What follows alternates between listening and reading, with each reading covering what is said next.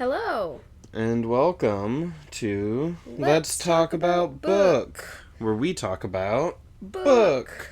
With our current book being The Well of Ascension by Brandon Sanderson. Yep, Book 2 of Mistborn. Book 2 of Mistborn. And we are Smeevca and Strawberry. And it's been a while. Yeah, I've been sick, unfortunately, and then stuff kept coming up, and so. Stuff of, the personal and the health and all those sorts of things. Just sort of kept us from recording for a while. But we're back and we're alive. We're still gonna be doing it. Yep. Cause we want to do it. I feel like I had something. Oh, you're still coughing. Yeah, I'm still a little sick, so we'll see how much I'm coughing during this and all of that. I will be editing out the coughs and such should they be editable. Yeah. Sometimes I'm editing and I hear myself making noises while you're talking, and I'm like, stop it. Yeah, and my laughs will probably turn into coughs, so that's been kind of the big one. It's just like you'll be laughing and then just coughing. It's like So we'll see. But yeah, we're doing chapters 13 through 18 today. Yes, 13 through 18. It's been quite a set of chapters, I'll tell you what. I had to end off with 18. I was looking through and I was like, it's just too insane not to. It's true. Chapter 18, things do get wild. Yeah. in a certain way. But we always start with the epigraphs for each chapter. Yep. So I'll start with the one before chapter 13. When I finally had the realization, finally connected all the signs of the anticipation to Alendi, I was so excited. Yet when I announced my discovery to the other Worldbringers, I was met with scorn. Oh, how I wish I listened to them. Fucking Worldbringers. Can't you say Worldbringers? As if that's just a normal thing, because it is for you. But not for me. What the fuck's Worldbringers? And the next one. And yet, any who know me will realize that there was no chance I would give up so easily. Once I find something to investigate, I become dogged in my pursuit. Dogged. Become a dog. He's a werewolf, confirmed. Werewolf Quan? Yep. Okay, before 15, I had determined that Alendi was the hero of ages, and I intended to prove it. I should have bowed before the will of the others. I shouldn't have insisted on traveling with Alendi to witness his journeys. It was inevitable that Alendi himself would find out what I believed him to be. Yeah, it's very not Lord Ruler. I mean, it is, but Wheel of Time. Yep. It's always Wheel of Time. Yeah. We watched a little thing by Man Carrying Thing. Yes, yeah. Where it's cursed Cosmere reading order, don't do it, or something like that. And someone in the comments was like, everyone knows that you have to start with Wheel of Time. And it's true. Which is kind of what I did, because I knew Sanderson was very inspired by it, and I also just wanted a bit of that era of fantasy. Yeah. And so. And ooh boy, speaking of Wheel of Time, as these chapters go on, that last chapter, I feel like there's some things. We'll definitely talk about it. Yeah, because it's some of the stuff that I was like, oh, I'm so happy to not be dealing with this anymore because it was in Wheel of Time, and then I come to Cosmere and I'm like, I do need to go back to Wheel of Time and finish it eventually, but and then now we're in this part of Mistborn where I'm like, okay, well, we'll see. We'll see how well he sticks this landing. But yeah. Alright, and the next one. Yes, he was the one who fueled the let me try that again. Yes, he was the one who fueled the rumors after that. I could never have done what he did, convincing and persuading the world that he was indeed the hero. I don't know if he believed it, but he made others think that he must be the one.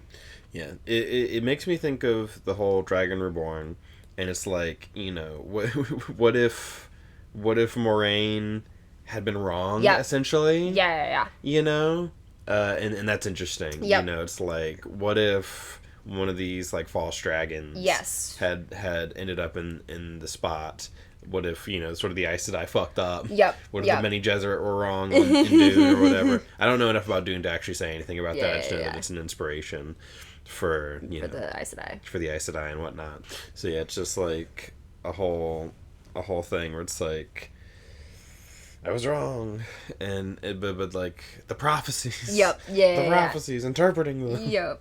It fits so well.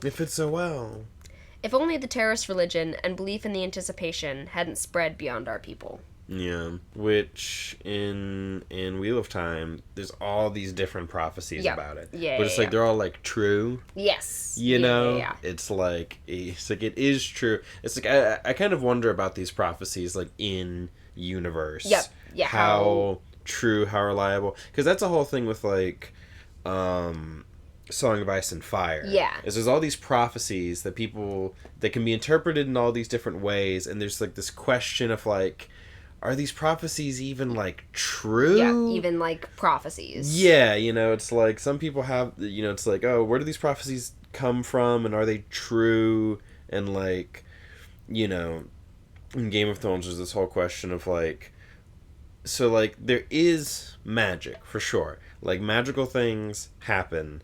And there's even this whole thing of like, the dragons were gone, and then like they come back, and then there's been like more, like magic has been more successful and possible since then. Got you. Like there's the pyromancers who work for the king. Yeah. Who work for like the kingdom in like Westeros or whatever. And since Dany brought the dragons back using, it's like Miriam Azdur does this magic shit. Yeah. And there's like this pyre, and she walks into it with the eggs and comes out with the dragons. And it's like, ever since then, the pyromancer's work has been working better. Got you. And they've been able to make like this, I forget what, it might be called Dragonfire? I don't remember. This like, alchemist fire. Yeah. They're able to make it more easily and more successfully now, since magic has seemed to like be kind of coming back into the world in this weird way. And so it's like, magic is real, but what about the gods? Because it's like, all this stuff is attributed to the gods, but is it gods or is it just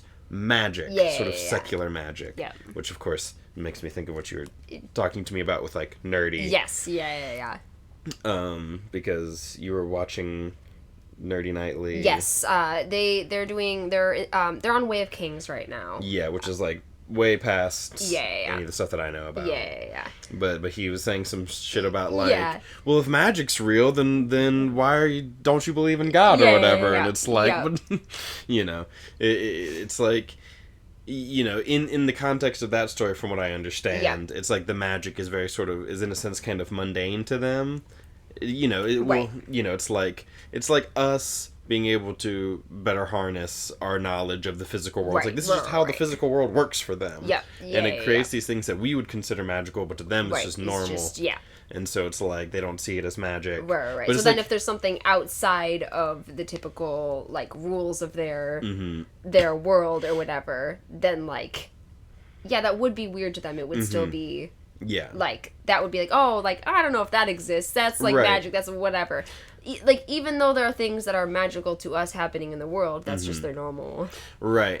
But then it's like, and so it's like, that's like an argument against that. But even in the case of, like, in Game of Thrones, magic is considered magic to the people in the world. Yeah. Right? It's like, they're like, it's this weird stuff that we don't quite understand. And also, like, people were like, oh, this is just fairy tales, but it's been kind of coming back into the world and becoming sort of more prominent in this way. And people are like, oh, this is crazy, and we can do all this weird shit. And like, what's his fuck?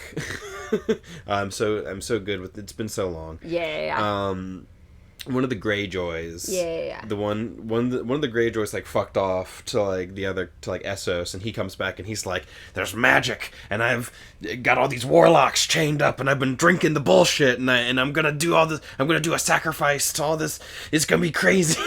Like he shows up and he's I've been getting all this magic from all over the place, and I'm gonna do some crazy bullshit, you guys, just you wait. And everyone's like, oh man, what the fuck? He's like, I'm gonna sacrifice a bunch of priests of different religions to like summon Cthulhu, essentially, weird shit. Wild. Yeah. It's wild. And so it's like, yes, this is magic. Yeah. But there's this whole thing of like, but is it the gods? Yeah. Or is it something else? Yeah. You know, it's like there's the children of the forest, and they can do all this weird magic stuff. And it's like there's like the old gods of, you know, like the north or whatever. But it's like, are they doing this? Yeah. You know, or like, and then there's like, oh, the Lord of Light. But then there's also like the Seven. Yeah. It's like people pray to the Seven, and the Seven hasn't done shit for nobody magic wise. Like at one point, Davos is like on a rock in the middle of the water and is like praying to the Seven, and like a ship comes and saves him. But it's, and he sees it as like this miracle, as this sign. He's like, I'm hearing them talk to me, and then the ship comes and saves me. But like you know, Melisandre like births a shadow monster that kills a king. Yeah. Which is like much more like tangible than someone happened to save me and I think it was a miracle from the Seven. Yeah. The Seven haven't done shit magic wise for anyone. While the Lord of Light, the people who worship the Lord of Light, they're actually seeing some results. So like maybe that god's real. Or maybe these guys just have a better understanding of how magic works. Right? And so it's like, who's to say? Davos wasn't doing magic on that rock in the middle of the ocean. It wasn't in the middle of the ocean, but you know, he was just stranded there and being like, please save me. And then he was. And so it's like, it can still be like, there's magic, but not God. Right? Like one does not necessitate the other. Right. Anyway, this has all been a big tangent because we were having a whole conversation about this yesterday. Yep. And so it's just like... On the brain. It's like, I have to get out these feelings about someone else's interpretation of media. How dare Nerdy interpret media differently from me? Because he's wrong. And I'm, you know... I always think about on Drawfee, I believe. Shout out to Drawfee. Karina, one of the hosts, joked about, like, on Twitter, getting in, like, arguments with people in like the Yu-Gi-Oh fandom or whatever. And she was like, every now and then I just have to remember that I'm the mayor of Yu-Gi-Oh and that everything I say is right. Yeah. And I don't need to worry about other people's opinions about Yu-Gi-Oh. Just like, it's very low stakes. It doesn't really matter. Yeah. So it's like, fuck you. I'm the mayor of magic and I know how magic works in fiction. I don't feel bad calling him like nerdy anymore because I was like, I don't like know his name or whatever. Apparently he introduces himself as nerdy now. Yeah. Basically, because it's just like, it's just become such a, you know... such a part of... Yeah, he's like, like, I feel like nerdy's more my name than, like, David, like, even is, or whatever. David. In the most recent book club or whatever. Gotcha. David. Wouldn't have guessed David, but also I don't know what I would have guessed. Yeah. He's just nerdy. Like, it's just, you know... Nerdy and Clarus. Yeah. What a combo of names. It's great. It's perfect. Tack on to our, you know, our One Piece and Wheel of Time quota. We're Nerdy and Clarus. We also have a quota of referencing them apparently. Because, like, they've been reading the Cosmere, so I've been, like, watching their podcasts on it. And then, also, we've been watching Nerdy Watch One Piece. Except for the past couple episodes, because we know that he doesn't like the Skypiea flashback, so we just haven't been watching those episodes. We'll pick back up when he's having fun. Yeah, because it's like, you know, when he's not having fun, it's just like... it's just, you know, it's not as fun. So we'll just hop back on. Yeah, because when you really like the thing and then someone else just doesn't, it can just be hard. So it's just like it's not worth watching and just being like, but see the things that I see in it. Exactly. You know, because he can. Right. Like he doesn't read the comments. He's not gonna, you know. And that's fine. You know. But I believe this podcast is supposed to be about books. I don't know that that's actually true, but we can pretend a little bit and read some of the epigraphs. Yeah, I think we have one more epigraph. It's the one before 19. Gotcha. Yeah. If only I had passed over Alendi when looking for an assistant all these years ago.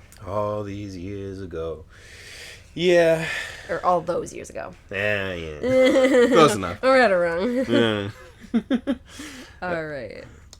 So I guess now time to get into the chapter by chapter. Yeah. And we're starting with chapter 13. Yeah, I didn't go through and highlight. I skimmed through earlier, but we'll go mostly by your notes. Yeah. And I'm trying something a little different. Because normally when I go through and edit, I mark the time for, like, so I can put in the little timestamps thing. Because I'm like, when I watch something like this, I like to have the timestamps. Yep, I love to have chapter timestamps and stuff. And this will be edited, so like, I'm writing them down now while we're recording. Yeah. And they won't be exactly correct, because as I edit things down, but it'll they'll get shift. You close when you... But it'll get me close for whenever I'm going through to put those in. Yeah. I can be just like, and here's when we're talking about it. But yeah, it's chapter 13. Yeah. And what notes do I have for chapter 13? Well, more interesting Chandra talk. Yep, yeah. I forget what exactly it was, though, because it's been a little bit.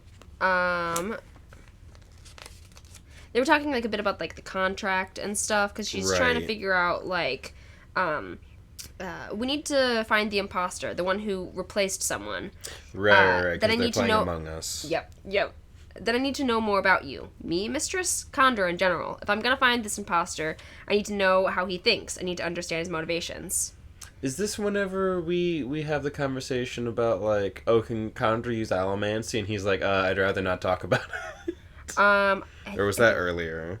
It might have been earlier, but they do talk more about the contract here. Yeah. He does talk about there is something that he doesn't want to talk about. Oh yeah, because he's like, the contract is what makes us who we are, or something. Yeah. So it's his motivations will be simple, Mistress. He'll be following his contract. What if he's acting without a contract? Chandra always have a contract. Without one, they're not allowed to enter human society. Never? Never. Yeah. Okay. So it's like, what's up with that? Because it's also it's like, there's human society, and also seemingly, I'm like, is there just like underground Chandra society? Mm-hmm. You know? Yeah. Like, seemingly, kind of, maybe? Like, where do they get, like, where do you go out and get a Chandra? Right. Right? Like. Yeah, we've just, like, seen some Chandra, but we don't really... Mm-hmm. Yeah, because it's like they're mistras that have grown up, and they all have a contract, and they're not allowed to enter society without one. What does it mean? Yep. Yeah, and what if this is some kind of rogue Chandra? Vin said, such a thing does not exist. Ursula said firmly. Yeah, like, is that, you know, because we know that, like, there's some things that Ursula's like, I won't say it. Yeah. Even though she, like, ordered him to. But if he did take the body of someone in the palace, he didn't kill himself. Chandra can't kill human, right? We are all bound by that rule. Huh. Hum. I totally forgot about that. Yeah, that's weird. Which would, like, imply that, like, in cahoots with someone, someone killed, else, and then, so it's like, yeah. Yeah. It's weird. It's so weird. Why can't they go, like, on the one hand, it seems like they can't go against the contract, but also, well, I guess it's, like, it's maybe in the contract that, like, even if ordered in that way, won't, like, there's just certain things. Yeah, there's certain provisions that, Yeah. And so then there's, alright, so how do I find the imposter? How can I tell him from other people? Right. There has to be a way. His imitation can't be perfect. Would cutting him work? Conjure replicate a body perfectly, Mistress. Blood, flesh, skin, and muscle. You've seen that when I split my skin. Yeah, because it's this whole thing of they're not affected by emotional allomancy. Yeah. Perhaps I can simply see who isn't acting oddly. Are most Chandra as good at imitation as you are? Among Chandra, my own skill is average. Some are worse, others are better. Yeah. Yep, so then... Oh, yeah, so then there has to be another way. Can I spot a Chandra with allomancy? Ursula didn't answer immediately. She turned toward him in the darkness, studying his canine face. What? She asked. These are not things we speak of with outsiders. Tell me anyway. Do you command me to speak? I don't really care to command you in anything. Then I may leave. You do not wish to command me, so our contract is dissolved. Yeah, it's interesting, and it's also, like, with outsiders, which again implies that there's, like, a Chandra society separate from human society, essentially. But I don't know. It's weird. It's all interesting, and also like we find out that's like that they're not affected by emotional allomancy, and that's part of how you can try and figure it out. Yep. Yeah, then there's like this, you do not understand. It's not who a conjurer is that it's important. It's who a conjurer becomes, the bones he takes, the role he fulfills. None of my previous masters have asked me to do something like this, be in a dog's body. Yeah. But yeah, then they're not affected by emotional allomancy. Mm-hmm. You can try it and riot or soothe our emotions if you wish, but it'll have no effect. Right, and so to me it's like, that becomes like a pretty clear way of doing it. They're like, oh, you gotta be, I don't know. The hearing that, I'm just like, well, get fucking Breeze to figure it out. I think Breeze is on the list of people they're not certain about. Yeah, it's like, basically it's like you go up to Breeze and you're like, hey Breeze, I'm trying to figure out who the conjurer is. So, and then you just fucking riot and soothe. You do like the thing, and just like one emotion in particular, just like really fucking whammy him with it to make him like react in some way. And if it works, but just sort of like, you just do that to Breeze. If it's not Breeze, then you're like, get Breeze to do it. Yeah, and then you're like, all right, Breeze, you are the man for this job, because you are all about that shit. So like, go work your magic. Go find, because there was a whole thing where it's like Kelsier's like, oh, we can't bring Orsur, at the time, not going by Orsur.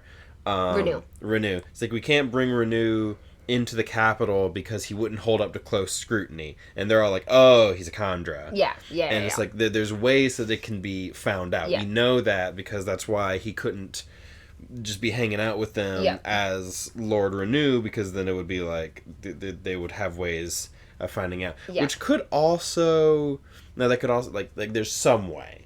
Whether that be like the whole, that kind of allomancy, or something to do with their ability to perform allomancy or not. Considering like, maybe Renew, the person, could and the Khandra can't, right? And then that would give him away. Or maybe he couldn't, but the Khandra can, and there'd be, and that could be found out potentially. But in that case, it's just like, well, don't do it. But it's still. We never heard of him like doing allomancy, but also they want atium. They're only paid in atium, and that's suspicious because atium is only valuable because of its use as an allomantic metal.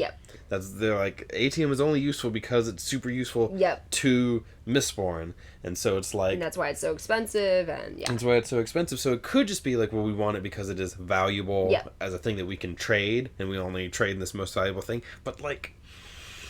But it's like, Khandra are also, there's no such thing as rogue Khandra. Like, Khandra are only in human society via a contract. So it's like, the Khandra aren't like doing normal commerce with humans. Except through like this contract thing. So like, what are they spending their atium on? Because they're not just because like, they're always a servant to someone. They're not just like walking around free, per se. Like, I mean, they could still... but it's just like, it just feels like there's something allomancy related because they want atium specifically. But I don't know.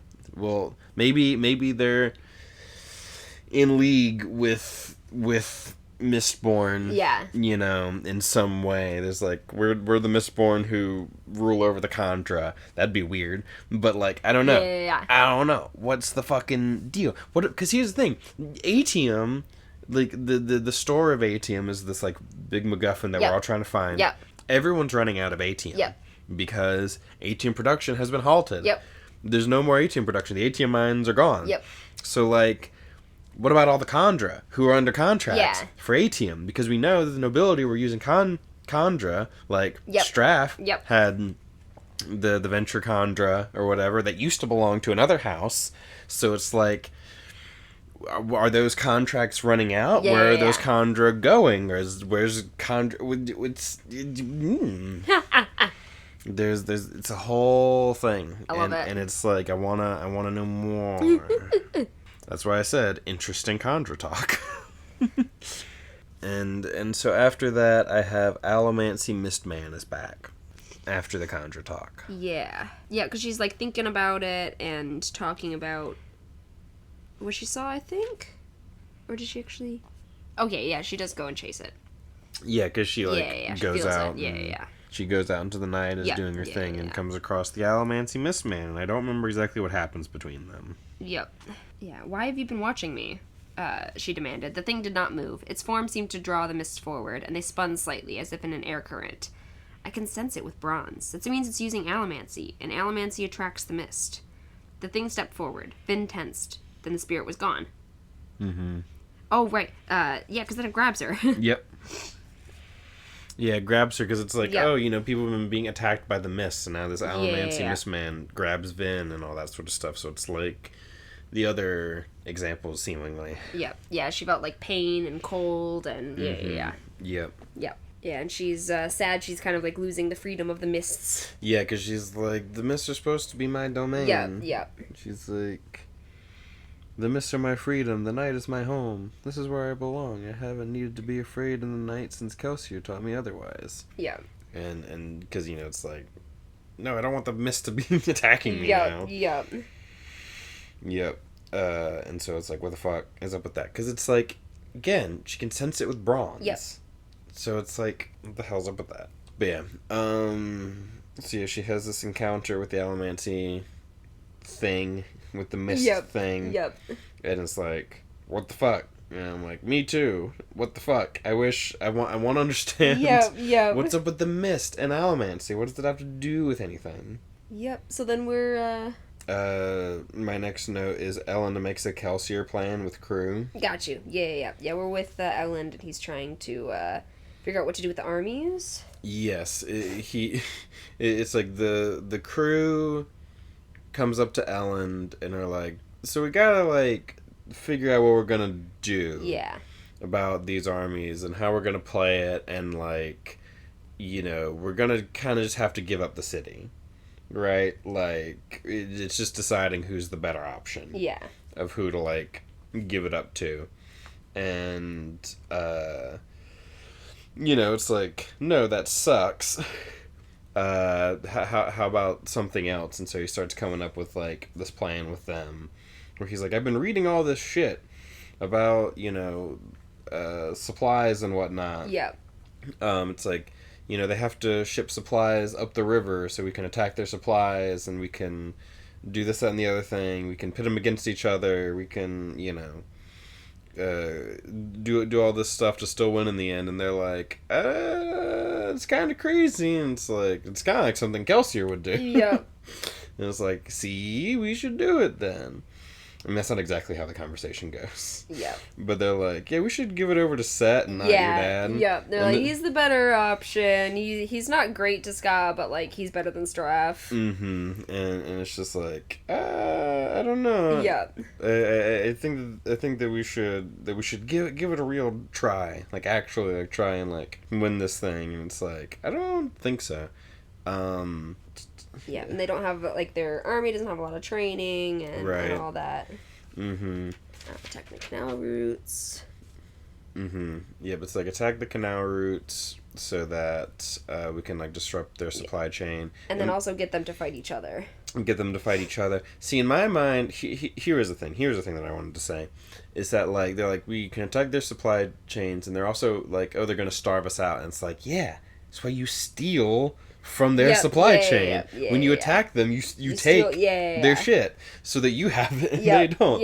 Don't just destroy it, take it, Yeah, don't just destroy it, take it. Like, if they're going to be sending supplies to feed their army, you take their supplies and feed your people. Your people and your army. Mm-hmm. So it's like, you know, that was kind of my thought, and they're like, are you sure?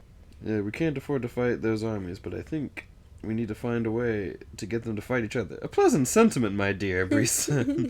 We're getting those two to attack one another. It's as simple as persuading Spook over there to refill my wine. Yeah, so it's like, no, we can play them against each other.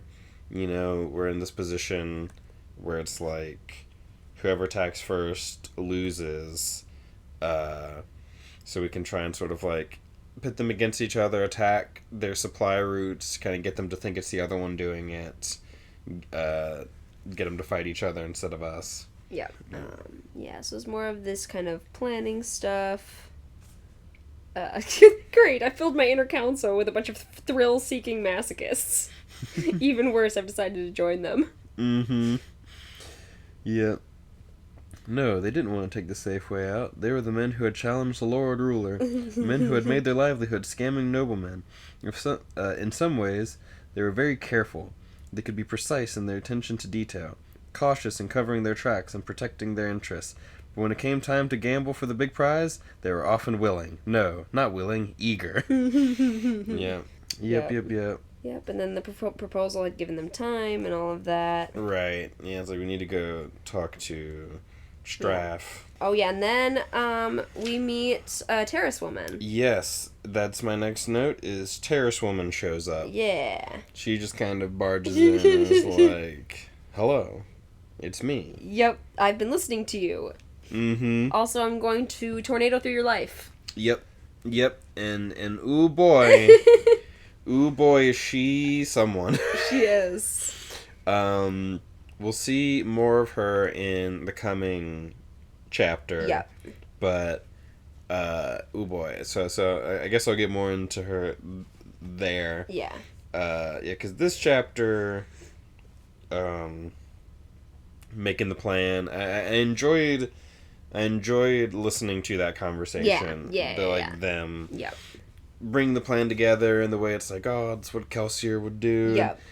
So it's like, Kelsier would have a plan. I'm just like, would he? Maybe.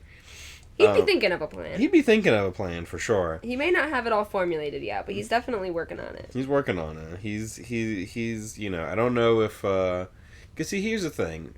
The Cosmere could canonically have an afterlife. I don't know. Yeah.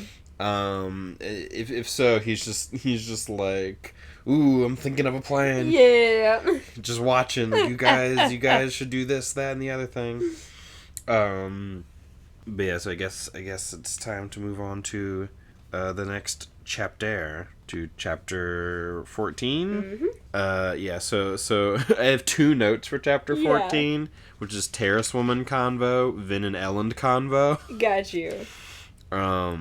But yeah, so this Terrace Woman shows up and and has a convo. Yep. With Ellen. Yep. Stand up straight. You're slouching. A king must maintain an air of dignity at all times, even when with his friends. Mm-hmm. No, don't hedge. Command. Yep.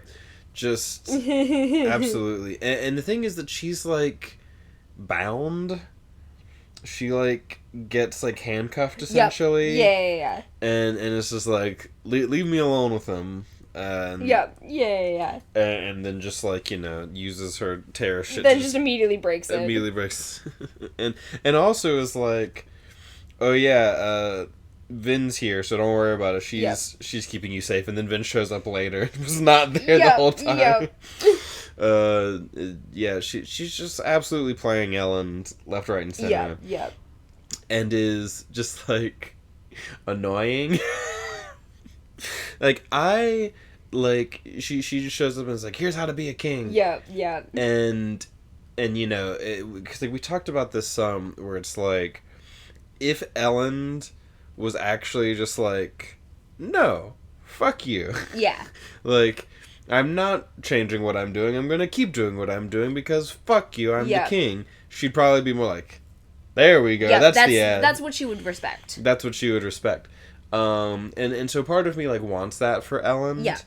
But also it's just sort of like, because she has this like thing about like, here's what you gotta do to be a king. You gotta be like this, and I don't like it. Yeah. Not, yeah. Just because it's like, I'm like, is this really the best way to be a good leader? Right. Is to be this like commanding, imposing, all this sort of stuff. But it's like, how to be kingly. Yes. Because I'm just like, personally like, monarchy, not the best form of government per se. Right. And so it's kind of like, teaching him to be a good version of a thing that I'm just like, it's like, do we really need another king after the Lord Ruler? And he's kind of not trying to be king in general. Like, yes. he wants to be in charge because he wants to change things, but like, that's not really what he wants in the long run. Right, he doesn't want to be king, because also Vin wants him to be king in that sense. Yep. Right? And so it's like, that's this sort of like conflict with him, and like I think part of it is going to be him learning to be like to essentially do that. Like I think we might get a scene where he's like, no, fuck you, I'm doing it this way because I'm, and she'll be like, there you go, that's what you need to do. Yeah, I definitely think he has, like, things to learn, but also, like, she's not correct, like, fully, like... Right, and it's one of those things where it's like, she when I say she's annoying, it's in the sense of, like, I would hate to actually have to interact with this person in real life. Like, as a character... It's like, it's fine, right? And is like interesting as this like, is like interesting as like this person to have sort of bounce off of Ellen. It's just that like, I can't help but like listen to the audiobook and be like, God, if I had to like deal with you in person, I would hate this so much. So yeah, that's interesting. And then like... Yes, of course, Ellen said. Is there anything I should begin practicing? Yes, Tyndall said, walking to the door. Stop saying, Oh yeah, Tyndall, that's her name. Yes, Tyndall. Yes, Tyndall, okay. Yes, Tindwyl. Yeah, I don't have her name written down at all. Yeah. She's just Terrace Woman. Because I just couldn't remember. Because, like, I was listening and then I, like, went back and, like... Part of why my notes are like this for these for some of these chapters is because I like listened and then went back and was like did notes kind of after the fact. I was just like, what happened in that chapter? Oh yeah, these things happened in that chapter. And then some of the later notes I was like listening and writing at the same time. But yeah, so it's like Tyndall is interesting. She's like, yeah, I know Sazed. Yeah. And they're like, okay, well, if you know Sazed, then I guess you're fine. Did Sazed send her? No. No? I don't remember if it was, like, specifically said. Well, I don't know if it was explicitly said, but, like, do you think Sazed sent her? Well, because, like, there's the thing where it's like, oh, I sent... Cause, like... Yeah, he offhandedly says something about, like, sending help. So, like, could be. Yeah. Could be. But I do think that it would be really funny if she's not. Yeah. I think that it would be really funny if it's like, no, actually she's not. But, like, probably she is. She's, like, the help that he sent. Yeah. But I think it would be really funny if she's like, nah, I just, like, was... Like, I just knew you knew Sazed and just dropped his name. Because there's... The idea that's just, like... there's a king, I need to go insert myself into this situation would be hilarious. The idea that she just did it of her own accord. Yeah. It could be like, the terracemen, they like sent someone to like, do this thing. But if it's just like, nah, I'm just like, now seems like a good time to just, completely take control of a king. Right? Like this king, I can just walk up to him and assert myself. It would sounds fun. But yeah, no, so like probably she is. I'm pretty sure I was watching a podcast where like someone was convinced that she wasn't sent by Sazed, so I was just right. I think it probably makes the most sense that she's sent by Sazed, but I think it would be very funny if she wasn't. And so then after their convo, then he has a conversation with Vin. Yeah, but they're kind of just talking about, she's like, I don't like her or whatever. So then they just start talking kind of about the conversation with the crew and stuff. Right. Like what they're planning on doing, like whether they can get out of this situation, all that. And like, you had Kelsier then, not that again. Yeah, it's like, stop bringing up Kelsier all the time. Yeah, so then there's so I assume the patrol tonight was uneventful. The mist spirit, her fall, the chill she could still feel. If only faintly remembered in her forearm. It was, she said. The last time she told him of the mist spirit, he'd immediately thought she'd been seeing things. Right, and because that was something as well when you're talking about the whole, like, oh, magic is real, so why don't you just accept this other thing? Because I had a bit of that in a previous episode when we were talking where it was like... The Allomancy Mistman. It's like, Ellen, why are you just dismissing this? And it's like, fucking magic and shit. It's like, oh. I think if she would have said it this time, because she actually had, like, an interaction where it, like, grabbed her and, like, all of that. Yeah. I think if she would have told him this, then he would have been more inclined to believe her rather than right. just like, oh yeah, I saw like a thing in the distance that seemed like it was made of mist and all right. this, like it just like well, this is a much more like tangible experience. But it's like in the past one, it's like the idea that there would be this like weird myth.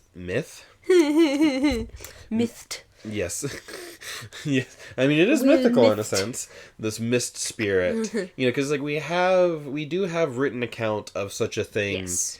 With like Alendi's journal and stuff, we do actually have like a written account of something like this happening in the past. Yeah. So it's not entirely like out of nowhere. Yeah. Yeah. But also, and you can write off seeing like a figure in the mist, once or whatever, and being like, you read it in the logbook, and you're like it's primed to see something like that, or that type of stuff. No, for sure. So it's like I can see how he could sort of be convinced that this is just nothing, like why he would like think that. I think it was just sort of like in the moment because Vin was like, yeah, you're right, but Vin's just going along, because then we get to hear she's like, last time I fucking said something you didn't believe me, so I'm just not gonna say anything this time. And it's and like I said, if she had, he probably would believe her, but it's understandable why she she's like, well, it wasn't last time, so it's just like, fuck this. Don't wanna there's too much going on, let's just not worry about just it. Not gonna worry about it. And so she's just like, fuck this. But then she's like, she's like, I need to fucking reread the logbook. Yep. Oh yeah, then like asking about the deepness and stuff, talking about Lord Ruler's last words. Mm-hmm. He talked about what he'd done for mankind. Vin said, the story said he saved us from the deepness. But what was the deepness? You were a nobleman. Religion wasn't forbidden to you. What did the ministry teach about the deepness and the Lord Ruler? Mm-hmm. It's also interesting, this idea that, like, religion was forbidden from the Ska. I think it's, like, more, I think they were, like, it was more, like, forbidden to, like, practice. Yeah. And they, like, had, like, some, like, kind of the bare, like, basics, but, like...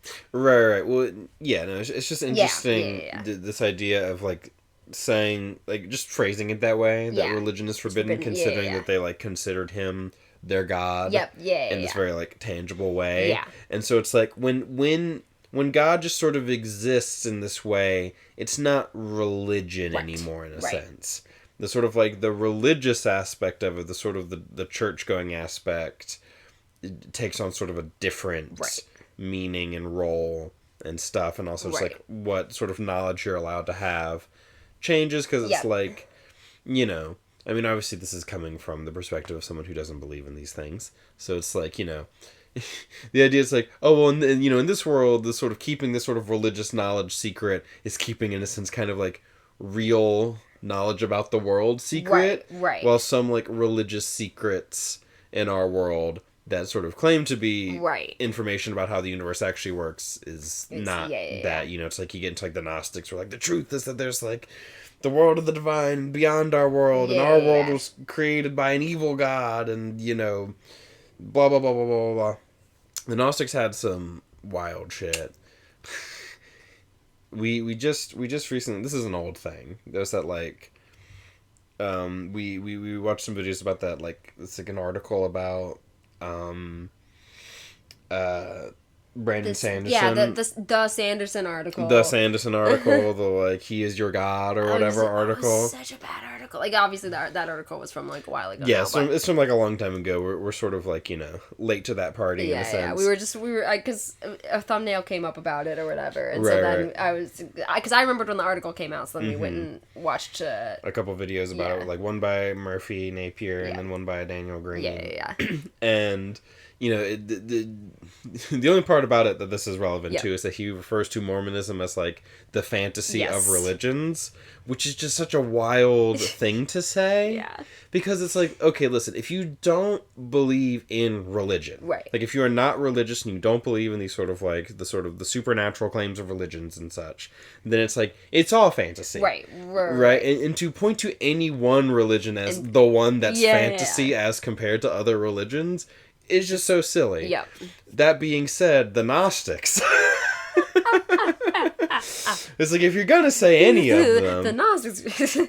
well, because I say the Gnostics are all gone now. There is like a Gnostic sort of like revival. There's like Gnostic churches in like California or something, because there was a bunch of Gnostic texts that were like unearthed, and so then people start like, you know, bringing it back. Yeah. They're like, this is what I believe. I believe in these ancient texts that we uncovered now. You know, because it's just like a different sort of offshoot and interpretation of Christianity, wherein God, as we understand God, in like the Christian, Christian God, is an evil God, is explicitly an evil God created by a different good God, Sophia, that is like wisdom, like the God of wisdom, and there's like Yahweh is like this evil God who created the world as it's like this is like the realm of the divine, and then he goes off like into his own place where he makes a world that he can rule evilly. Got you. Essentially, I'm sure I'm getting things wrong. It's all, and also it depends on, you know, Gnostic is a broad term. Yeah. That is just more a term applied to people than used by people until now. Yeah. You know, it's like, you know, if it was the type of Christianity you didn't believe in back in the day, it was Gnostic. Yes. Right? You know, because a lot of it was sort of this like, you know, it's like we have the Christian canon as it exists now, or the canons, because there's different canons for different, you know, sects of Christianity. You know, it's like, you know, there's like the canon text, and there's a bunch of stuff like around Christianity. Yeah. That's like not in any of those canon texts, but just sort of like the rapture. Yeah. The rapture's not in any, like, you can try and like pull the rapture out of some texts, but like the rapture as we understand it, like, you know, our sort of pop culture understanding of the rapture comes from that like series of books or whatever. The Left Behind. Right. He also used he was a specific type of Baptist, so it's a specific type of like belief in revelations and stuff like that. I don't remember what the exact name for it is. Right. But then like, he made his like like fictional, and then it just became a big cultural, like, that's how we see the rapture. People disappear from their clothes and go up to, you know, like, the piles of clothes left behind, and people are just gone, you know, that sort of stuff. It's like, I read those books a lot. There's a kids series and an adult series, and I read the kids series like twice, and the adult series like 4 or 5 times. Those were some large books. Yeah. that I was reading in middle school and high school. Right. Back in the day. Yeah. It's... Tim LaHaye, not a good person. Yeah. Well. Now that I've learned later on in life. Right. Oh yeah. Well, because it's like there's always that kind of stuff around religion, where it's like there's sort of like the core religion quote, and then there's like all this sort of like peripheral stuff. Yeah. That's sort of like, you know, the edge where it gets blurry, where it gets folkloric, are sort of like interpretations of angels, how we choose to depict them, and how that changes over time. And that's like, you know, the stuff that's sort of like magic, but like Christian magic, that kind of thing. Yeah. There's this channel, Esoterica, that has a whole series on like Jewish mysticism. Yeah. And that's sort of like that kind of stuff specifically for like the Jewish faith. And he talks about like the Gnostics and how they exist as both like a Jewish thing and a Christian thing, especially because early on those two things are like, you know, less separated and, you know, blah blah blah blah blah. You can definitely see Sanderson pulling from both from like Jewish mysticism and all of that in just the entirety of his stuff. Yeah, because it's like I talked about one of those kinds of things to you one time from like, because I was like watching this series and him talking about like the Sefer Zohar and stuff like that, and these like texts that talk about like, oh, you know, like the tree of life, Kabbalah as it is, you know, like the tree of life, and how there's like Ein Sof and these different like aspects of God, these different pieces of God that like have to be in balance or whatever. And you were like, interesting. You should Cosmere or something. I won't get into it. And I'm like, and then like, all I, because it's like, you know, the algorithms, they learn. Yep, yeah. And they know that, like, I have some amount of Cosmere awareness. Yep. And because occasionally I'll save something to show to you. Yeah. And it's like, so I just get a thing where it's like, everything you need to know about Cosmere. It just starts with, like, God's dead. Kind of, sort of. And I'm like, that's already more than I know. Yeah. Just whoop, go away. Yep. And so I'm like, questions. Shards, question mark? Yep. Planets, I mean, obviously you're shards, gonna... question mark, God, dead, pieces of God. They all need to, I'm like, I have theories based off of these things, but it's all just this, like, rough... That's about what I knew kind of going into the series. Like, I knew, like, a tiny bit of Cosmere stuff. Basically just, like... Yeah. Basically that type of shit. So, yeah, it's interesting. Yeah. Yeah, and because, like, you know, like the Ska have this sort of, like, their superstitions kind of separate from, like, the established, like, religion of, you know, the Lord Ruler or whatever. Yeah. That's what we were talking about. I was like, I gotta bring it back around somehow. I was like, I fully could not remember how we got into any of that discussion, but... Yeah, I had to, like, take a moment where I'm like, bring it back around. What were we talking about? That's what it was. Yeah. There we go. The religion being forbidden from the Ska. Yeah, what is the deepness? Yep. You were a noble, what's the deepness? And he's like, I don't fucking know. Yep.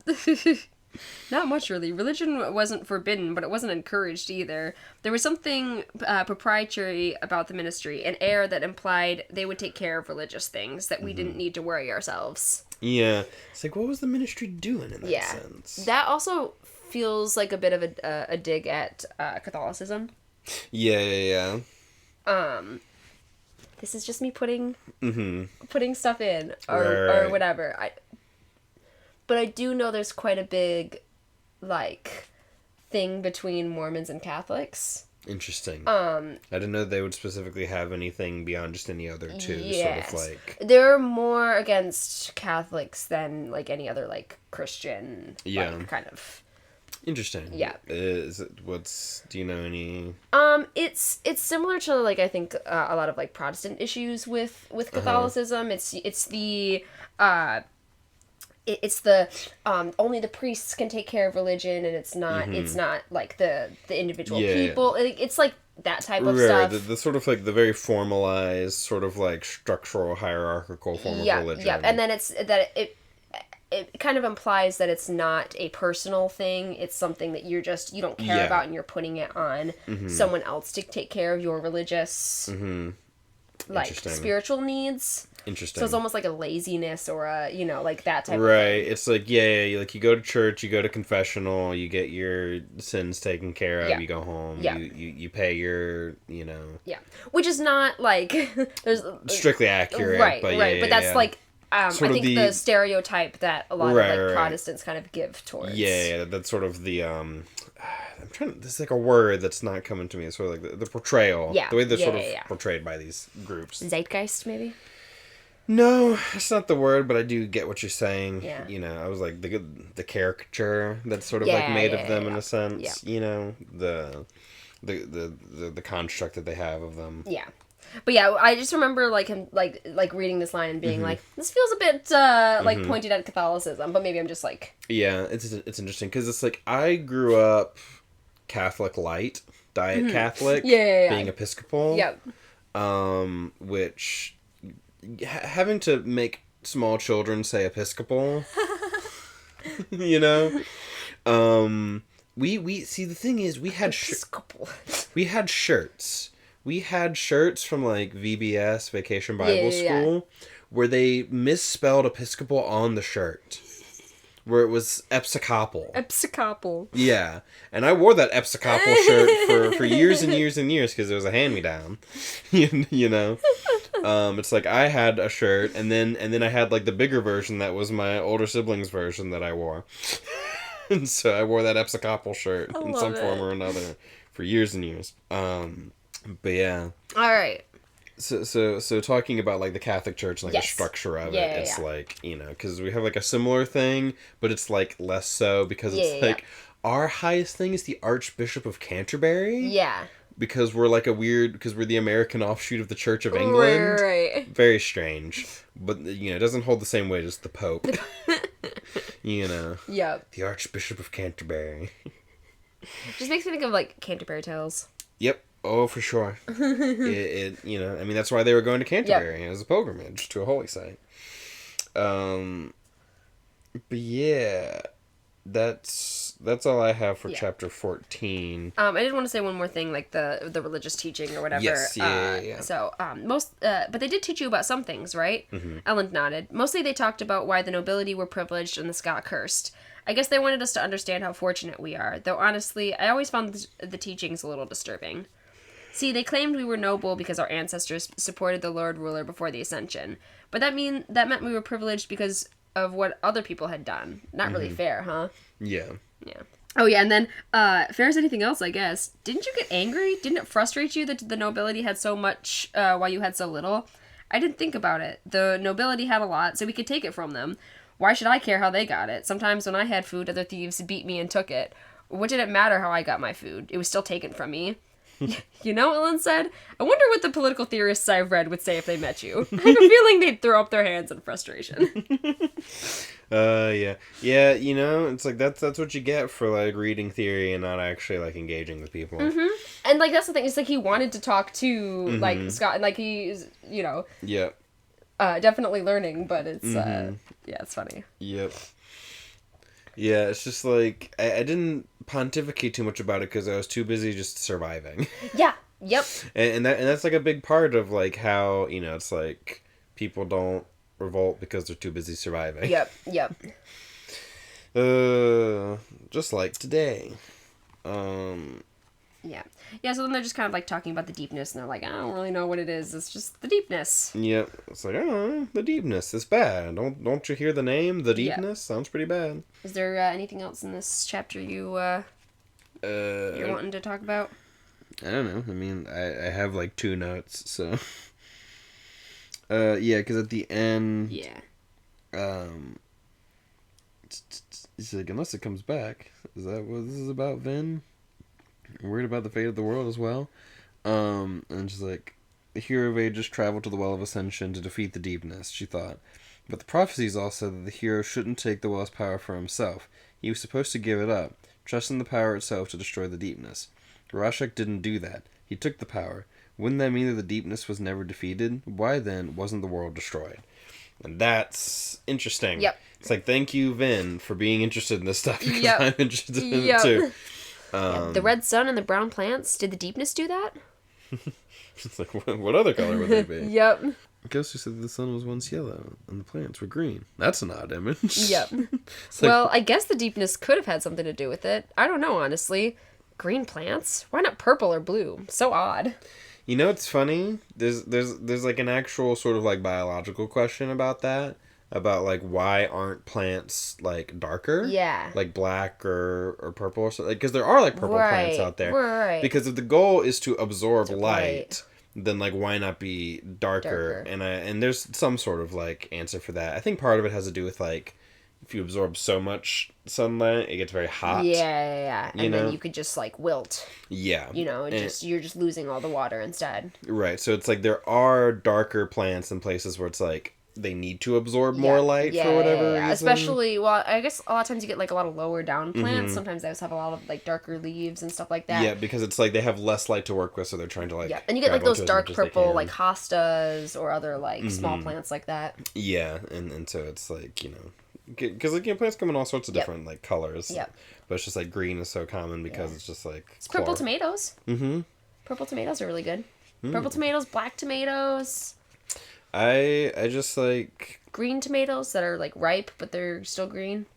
I've had fried green tomatoes. Fried green tomatoes are delicious. It's funny because I had them one time and they were really good, and then I had another time and they were just awful. So bad. Yeah. And it was. Were they too sour? I don't know. They were just like something about it was just like. It was just mushy and bad. Got you. Maybe they were overripe.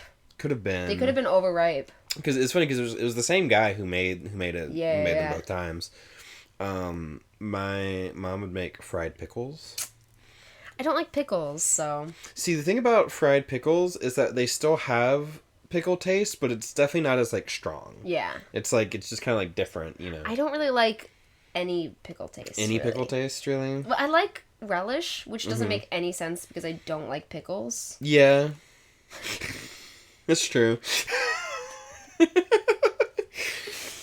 Yeah. I don't know, yeah. Yeah. It's made, like, I like bread and butter ones. Mm-hmm. I like those. Those are the only type of pickles that I like, and I think relish are, like, that type of pickle. Yeah, well, there's, like, because there's, like, dill relish, sweet relish. There's, like, different kinds of relish. I don't like any dill. Yeah. I don't like any... Don't like any dill.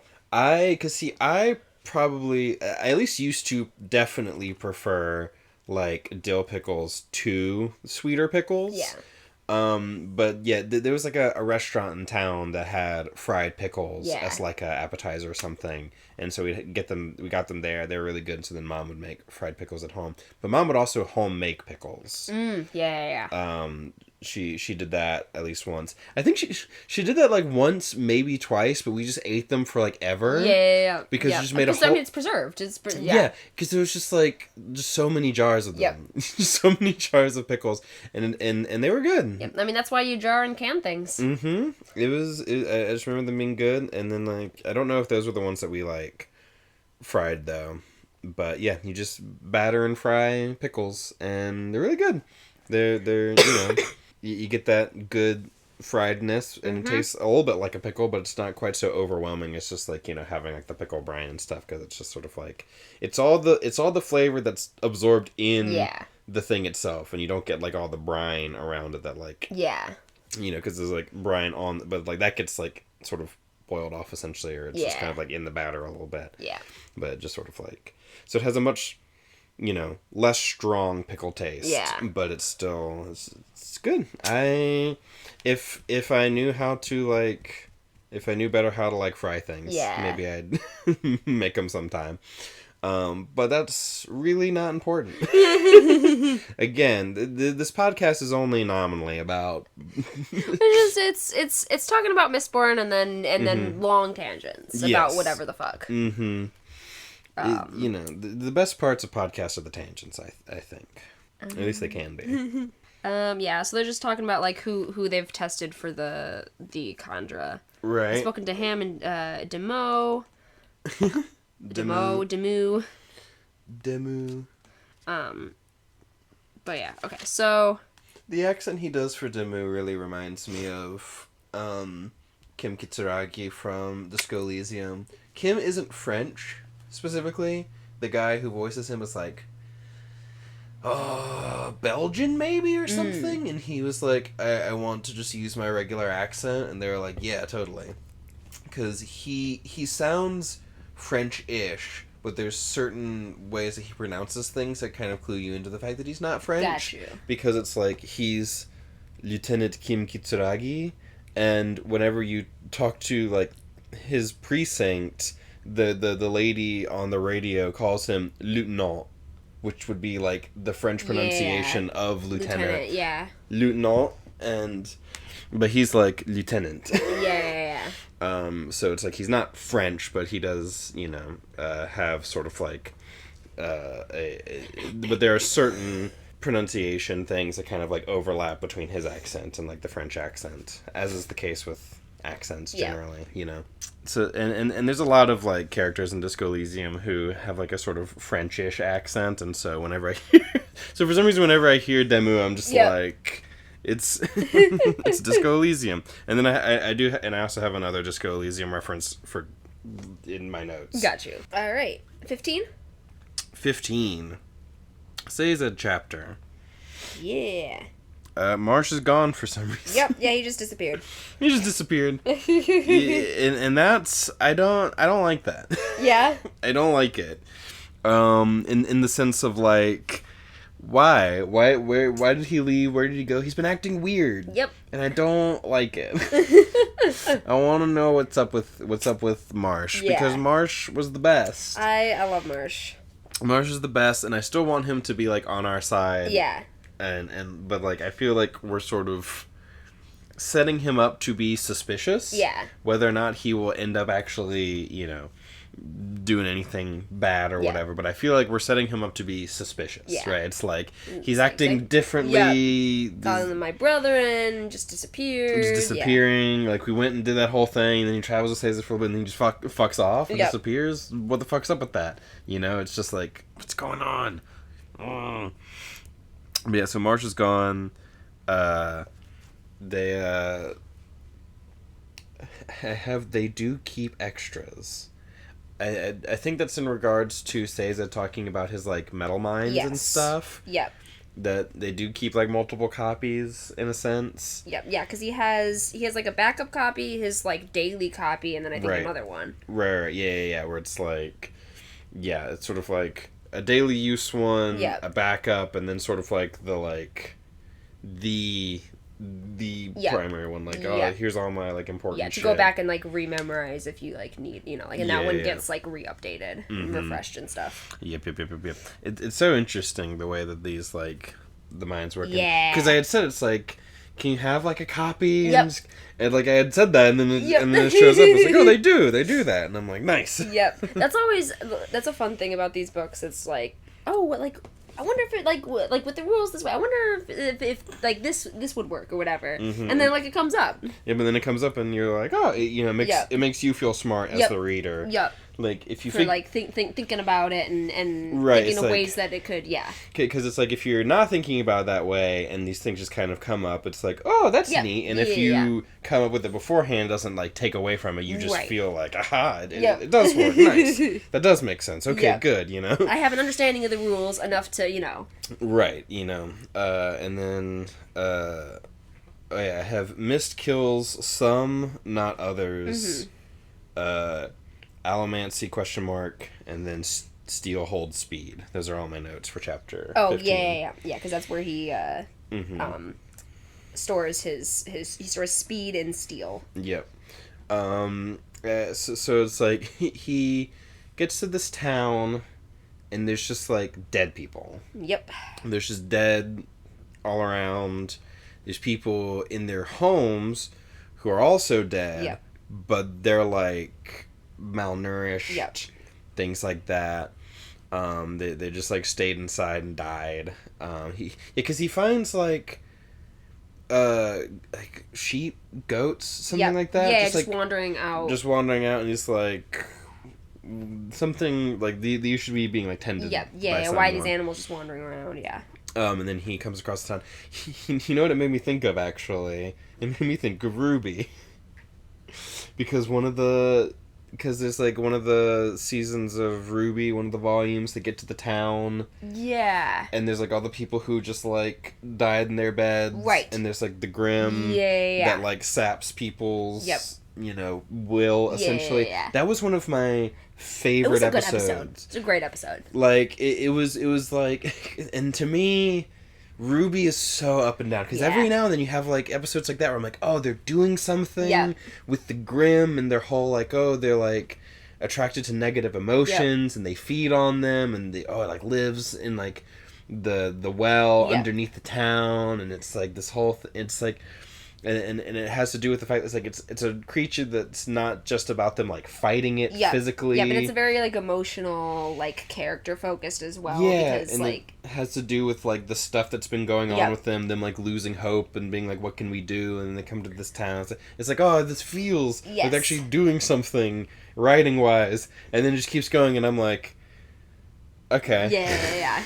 You know, it just, like, sometimes they hit it, and then other times some just feel like, whatever. Yeah. I think I like their individual, like, episodes more than, like, overarching plot stuff in Ruby. Yeah. You know. But I'm also, like, not a huge plot person, like, in general anyway.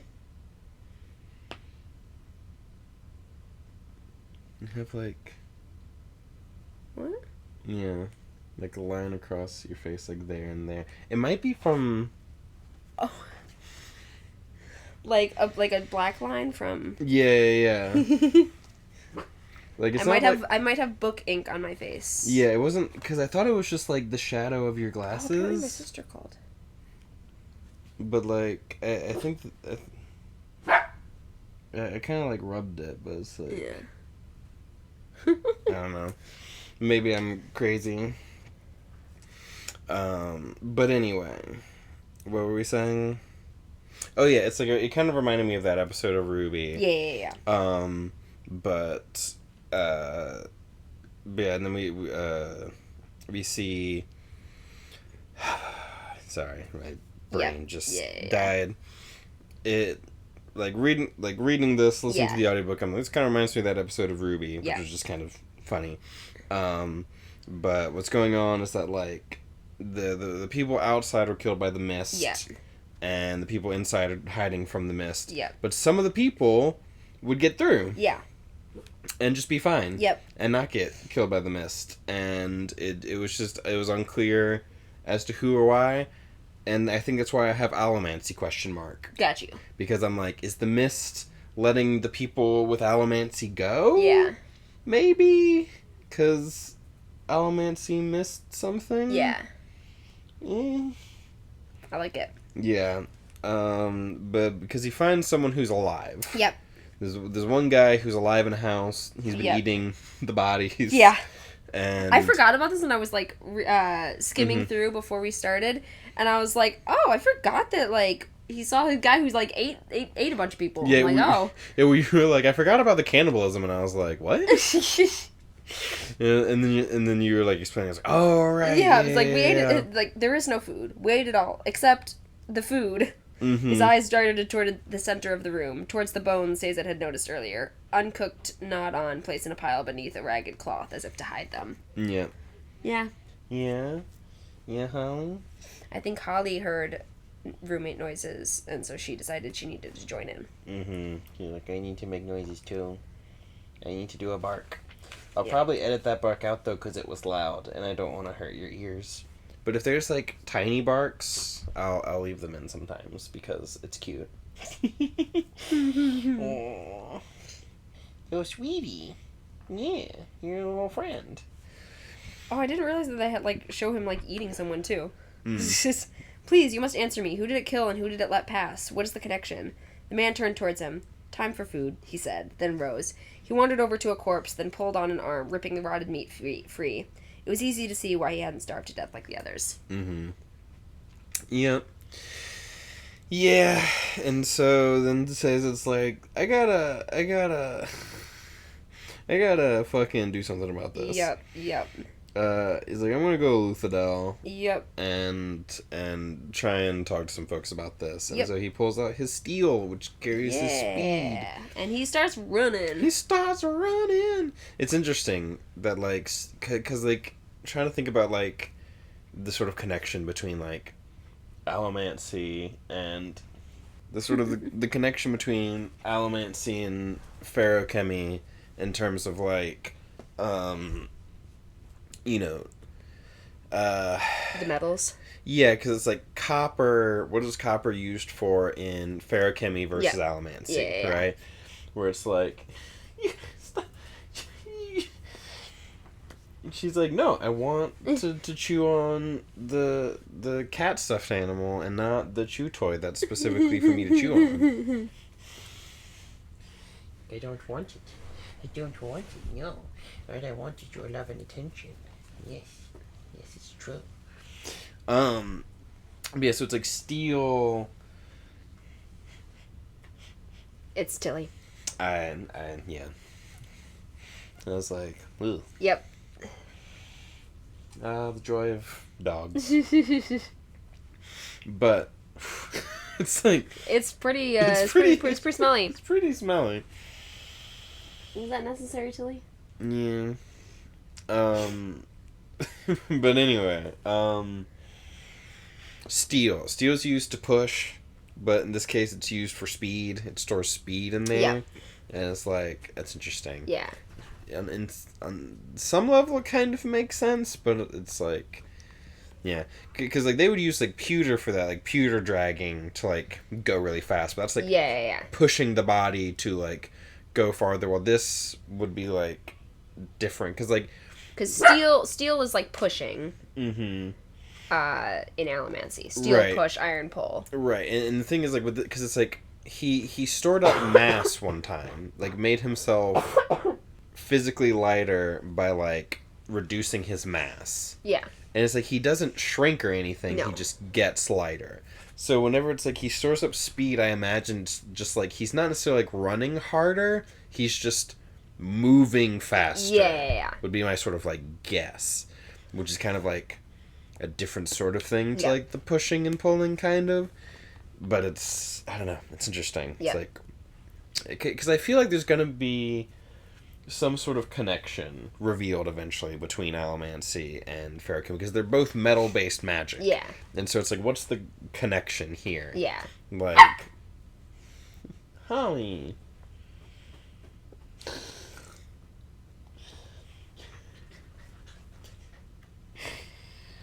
She wants to play. Or she wants, I don't know. We're almost done-ish, Holly. We're almost done-ish. We got 16, 17, 18. Yeah. Yeah, no lickies. You did the lickies, and that's rude. We went on to chapter 15. I didn't mark it down, but that's fine. We're on 16 now. We've done all of 15. Yeah, we've done all of 15, but we hadn't like quite said like, oh. Yeah. And now, chapter 16. But now, Chapter 16. So yeah, chapter 16 is the makeover. Yep. Yeah, Vin's rereading the logbook. Yep. Vin makes piles of the logbook pages, which is so funny. She like tears the book apart and like separates out the pages, which makes me think that like, in a sense, what we're reading in book 1 is like Vin's pile, like one of Vin's piles of pages, because they're not like in order. Yeah. I love that. I like that thought. The epigraphs for this book are in order because it's on like a metal slab.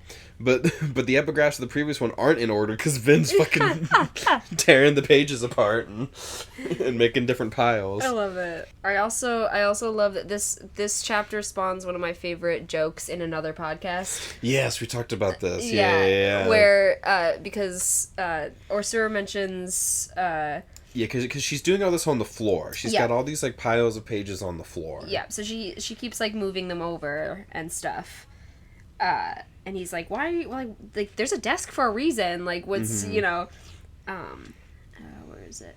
Actually, I don't think that's this chapter. Oh, is it not this chapter? Another chapter? No, it's the next chapter, I think. My bad. Yeah, because the next chapter also has Vin, but, no, we especially don't, no. She was sniffing at my little notebooks, and I don't want you chewing on those, for sure. You little gremlin. Yeah, we're getting pupper interruptions. Yeah. Well, Holly here just wants to be a part of the show. And she's like, y'all are just talking about books, and you should be petting me and playing with me and letting me chew on all your shit. But yeah, no, the next chapter also has Vin, like, on the floor doing the studying and stuff, so I think the scene that you're talking about is then. But yeah, Vin is rereading the logbook to try and get information about the deepness and stuff, and she's making different piles of the pages based on like what's in them. It's like, oh, these are the pages where he's talking about this and talking about that and whatnot. And then Ellen is getting a makeover by Tyndall. Yep. Tyndall? Is that? Yeah. Yes, Tyndall. I was, for a second, I was like, that I was getting my, like, sounds mixed up or something, that I was like, Tildwin or something like that. Yeah. But no, Tyndall. Yeah. But yeah. And, is this practical, she asked herself, sending a page in one of the stacks, studying things I barely comprehend, fearing a threat nobody else even cares to notice. Yeah, so she's like trying to find out, but she also kind of dodoesn't know what she's like looking for. What am I looking for? Is this even happening? If it is, can I do anything? Like, what's you know? Because like Ellen said, it's like, oh, this is like a world level sort of problem. Yeah. It's like, oh, 2 armies isn't enough. You gotta like save the world or whatever. It's like, if this is about like the deepness and like the fate of the world, it's like, what do I do about it? Hello, ma'am. We have a little fluff. We do. She's made her way off the bed and into lab. Mm-hmm. Yeah, you need a little brushing. She needs to get a little bit brushed, and she also really needs to get a trim. Yes. Such trimming. But yeah, Okay. Yep. So then going on to Ellen's. Mm-hmm. Yeah, Ellen is getting a makeover with Tyndall. Tyndall's like, you gotta look like a king. Yep. And so she like gives him these new clothes that are sort of more like military in fashion. It's like, you're a military leader now. Yeah. And like, we're at war and you need to like look that way and you need to cut your hair. Yeah. Which I didn't picture Ellen with long hair. Yeah. He's apparently got long, kind of wavy hair, which is not how I had imagined him, per se. I never particularly have like a strong sort of image in my head as to how characters look, but he apparently has longer, wavy hair, and they cut it. And I say, Disco Elysium rules. Ellen just got +2 authority from these clothes. He would have gotten more than a +2 to authority because, see, he got a shirt, pants, jacket, shoes. Yeah. He got the full set. So each of those, each one is giving him some sort of +2 authority. That's how he can just like walk up now and be like, hello. His authority stat was pretty low. I mean, one of his thoughts in his thought cabinet is that like the Ska are actually people, and that absolutely lowers his authority. Yeah. It's like taking the communist thought in Disco Elysium. It just like puts your authority down a little bit because you're a downtrodden communist. He's a revolutionary. Yep. But he got all these clothes now, so he got all these like pluses to authority and volition and all that jazz. And he got a crown. Yep. A little crown. Which again would be an item slot. He didn't get any glasses though, so still has room for some more. Or a tie. Did he have a tie or anything like a tie? I don't know. Does their fashion include anything like a tie? I mean, there's like some like sparse embroidery, some like that type of stuff. Yeah, because I'm like, what are all the clothing slots in Disco Elysium? You can have. He's got a belt. Mm-hmm. You can have gloves. Yeah, you can have like shoes, gloves. Oh, he's got a cape. Pants. Shirt, coat, hat, glasses. And dueling cane. Yeah, that's one of the items in his in his hand. Yeah, you can have like an item in each hand. So he's got the dueling cane, and that definitely like gives him some sort of plus. Yeah, you can equip like a lot of things in Disco Elysium to like affect your stats. It's a big part of it. Like people, I saw someone on Tumblr, which the Tumblr fandom for Disco Elysium is wild because just Tumblr being what it is. But someone was like, I think that more of us should embrace in our like Disco Elysium comics or whatever the fact that in the game you have to like swap out your clothes for different like buffs. Yeah. And so just like having Harry in a scene just be wearing a completely ridiculous outfit because of the stats it would give, because we always just draw him in like, the sort of default outfit that you get at the start. But it's just like, nah, give him the crazy outfits from the game because, he's talking to Everard right now or whatever. But yeah, Ellen gets some bonuses to his stats because he gets a new set of clothes. And a haircut. Which is, again, in Disco Elysium, you can shave your beard. You can shave your beard in Disco Elysium, and people are like, actually, maybe you look better. Maybe you looked better with it, actually, now that I think about it. Give you character. The first time I played through, I believe I shaved and stopped making the expression, and you do just look like sadder in a way, like, just a different kind of sad, because Harry's always sad in a sense, but But anyway, enough about Disco Elysium. He does this thing with Tyndall, and she's like talking to him all throughout about like how to be a king, and because her specialty is like biographies, and like memoirs and history. So it's like she's like, oh, I've studied all of these leaders and these important figures, and I can teach you how to be whatever. And she's like, fake it, like and he's like, he doesn't.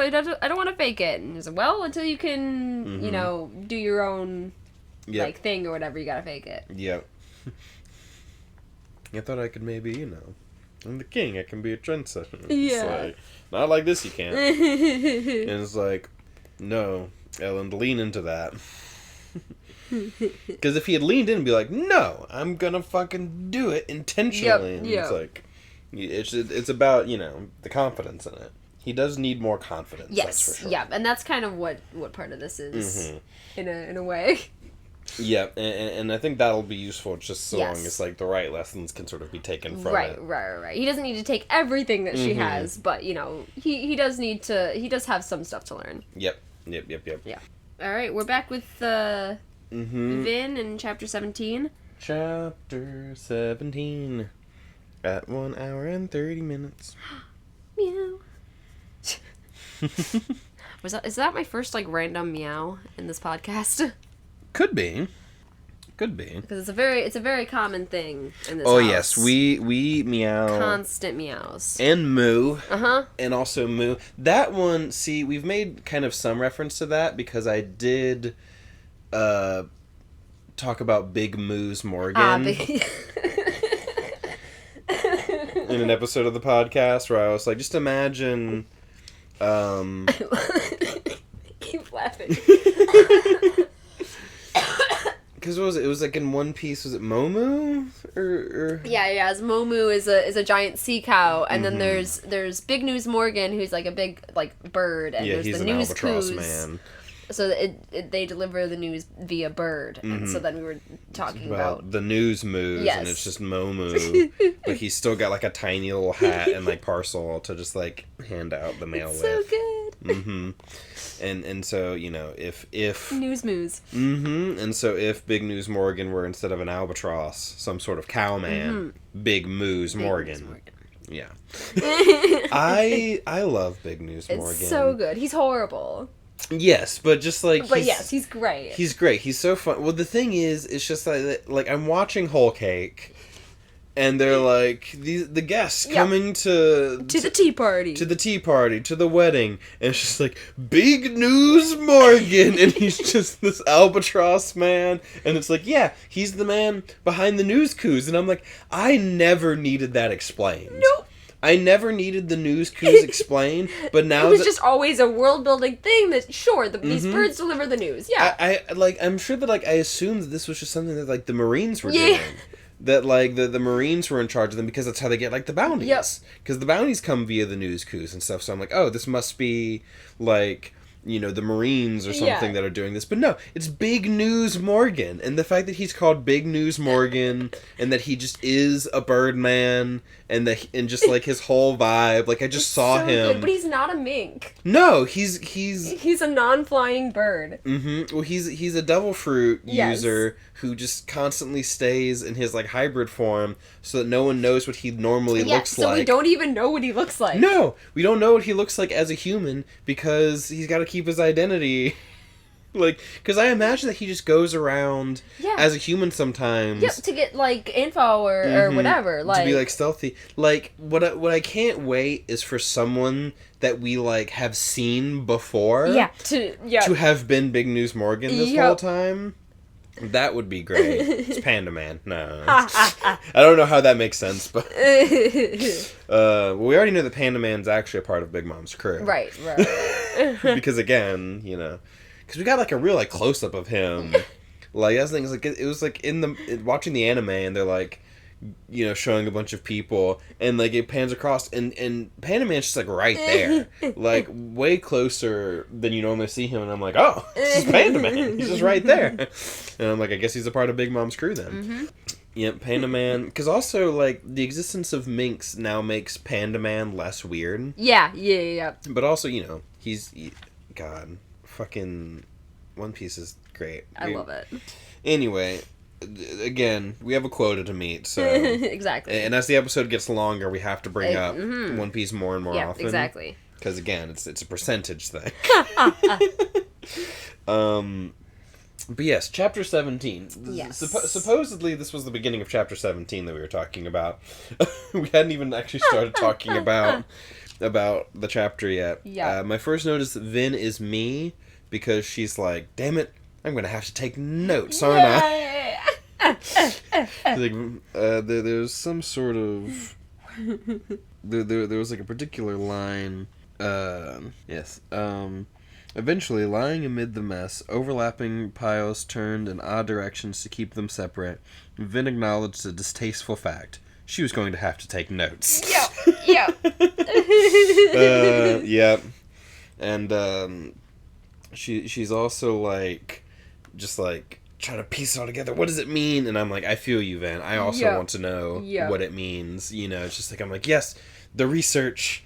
You know, the studying and the trying to piece together the bits of the lore. I'm like, yeah. Yeah, so in this bit, there's a little, like, joke of, her going back to the floor or whatever after that, and... Right, because she's like, she has a writing desk. Yes. So she goes to her writing desk to get writing stuff. Yep. And then brings it back to her piles on the floor. Yep. And, or Sir has comment about that. Mistress, you do realize that you left the writing desk behind to sit on the floor. And the purpose of a writing desk is, well, writing. But my papers are all over here. Papers can be moved, I believe. If they prove too heavy, you could always be pewter to give yourself a little more strength. Yeah. And so that, one of the podcasts I listened to, took that and started running with it. So anytime a character or whatever moves paper, they joke that they're burning pewter. Which Do you remember the name of the podcast? I don't. I watch so many Cosmere podcasts. It's a problem. Yeah. I don't think it's following Noadon. That's one of them. Because that one's they started with Stormlight, and this one was Mistborn.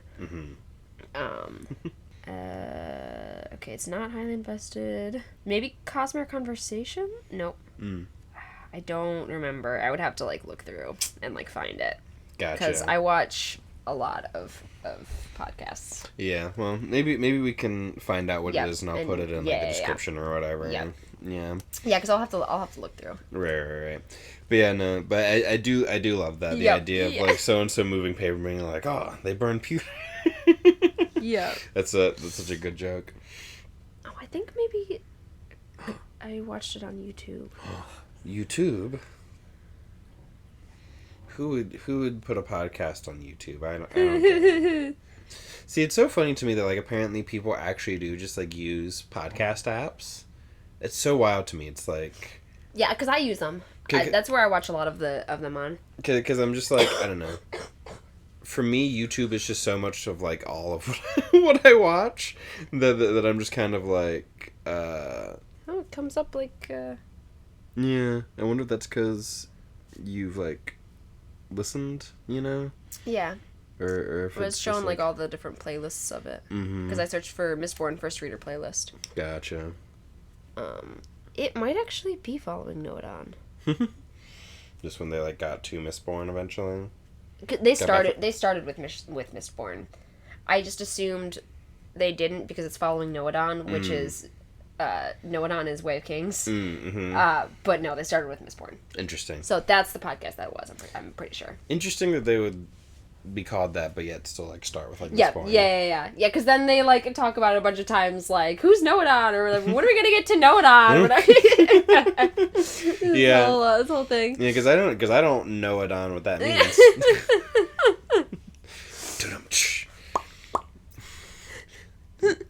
Tilly looks like she's... Yeah, can you wait for, like, 2 more chapters? I mean, we're already, like,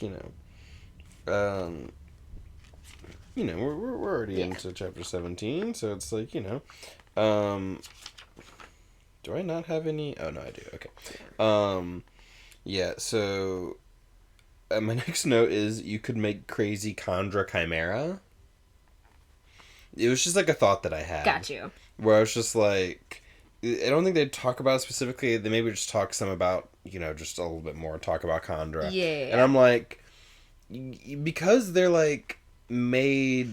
I think I was just thinking about, like, fantasy things in this world, and I'm like, you could just, like, put a human's head, like, just, like... Yeah. Like, take a human skull and, like, a dog body and just make, like, a weird chimera. Yep. Or just, like, make a fucking, Because the chimera is actually, like, specifically, like, head of a goat and a lion and a dragon and snake tails, maybe? I don't remember. Yeah. God, I can't remember exactly how a chimera works, but then there was another one, because, like, what I was thinking, because, like, I always... Whenever I think of a chimera, what actually comes to mind a lot of times is a sphinx. Yeah. Like a winged sphinx kind of thing. Cat body-ish, wings, person head. Yeah. And I'm like, you could make that out of, like, out of a mistwraith. Yeah, you could make a mistwraith. Like, you could sort of piece that together. And... Yeah. But I don't know how well it would work exactly. I mean, like, it works for mistwraiths because they're, like, this big, weird amalgamation Do you think Condra could do that? I mean, like, I imagine so. Or do you think they just have to go straight, like, for, like, one organism? Well, but, like, he talks about, like, being able to, like... Because he can talk as the dog. Right, he can, because he changes that. Because he can change that. So they have a certain level of, like, control. Yeah. And it's, like, the younger ones can, like, make this big shambling thing. So, like, it would seem a little odd to me that they would lose that. I mean, that kind of thing can happen in nature. Like, technically we, as humans... The vast majority of us, as we grow up, lose the ability to drink milk. Yeah. We have that as a child. We are able to tolerate milk, and then as we grow up, we become intolerant of milk, unless you continue to drink it all throughout your life. Yeah. Which is, like, apparently, like, more and more people are lactose intolerant, or something. I've always drank a lot of milk, just in general. I like milk and drink it. It's like a lot of it. It's like most of the world that's not Europe is lactose intolerant, and apparently, like, younger people are, like, more lactose intolerant than they used to be, which is maybe that they're drinking less milk or something. I don't know. I mean, I feel like cheese is still pretty ubiquitous, but not all cheese has lactose, actually. Yep. Certain types of cheeses are better or worse for lactose intolerance because of the way in which the cheese making process eats lactose. Well, there's also milk too that doesn't have lactose, or is like way less lactose, like A2 milk. Well, it's not that it doesn't have lactose; it has like a specific protein that like does something. I don't remember. Yeah. But my dad can drink it, and he's lactose intolerant. But it's like actual, just like milk. Right. But anyway, so like I was just like in my head having this thing about like you could make crazy chimera chondra things, and I'm like, it just seems interesting. And then also the cloak tears away. Good. Because talking about his cape because Ellen comes in and Vin at first doesn't recognize him. For kind of like has like a sort of split second moment where she like doesn't recognize him, kind of like jumps. It's like, oh, it's you. And it's like, what do you think? And it's like the shorter hair is hard to grab onto in a fight or whatever. It's like, is that all you think about? And she like tests his like cape, and it like if you pull on it, it like comes off easily. So that you can't just like grab him, and because it's the Incredibles thing. No capes. Which then becomes the thing of like, actually, you could have just made the capes easier at like tearing away. You have the technology. You could have done that. But someone wasn't thinking about it. And then her saying that like the mist cloaks are like that. They like pull away easy. And I'm like, that's good thinking. And I'm also like, someone said to Brandon Sanderson, hey, couldn't they just like grab it? And it's like, actually, it's made to be cut away. Actually, it's their breakaway. Actually, I thought of it beforehand, or actually, that's a good point. But here's a solution.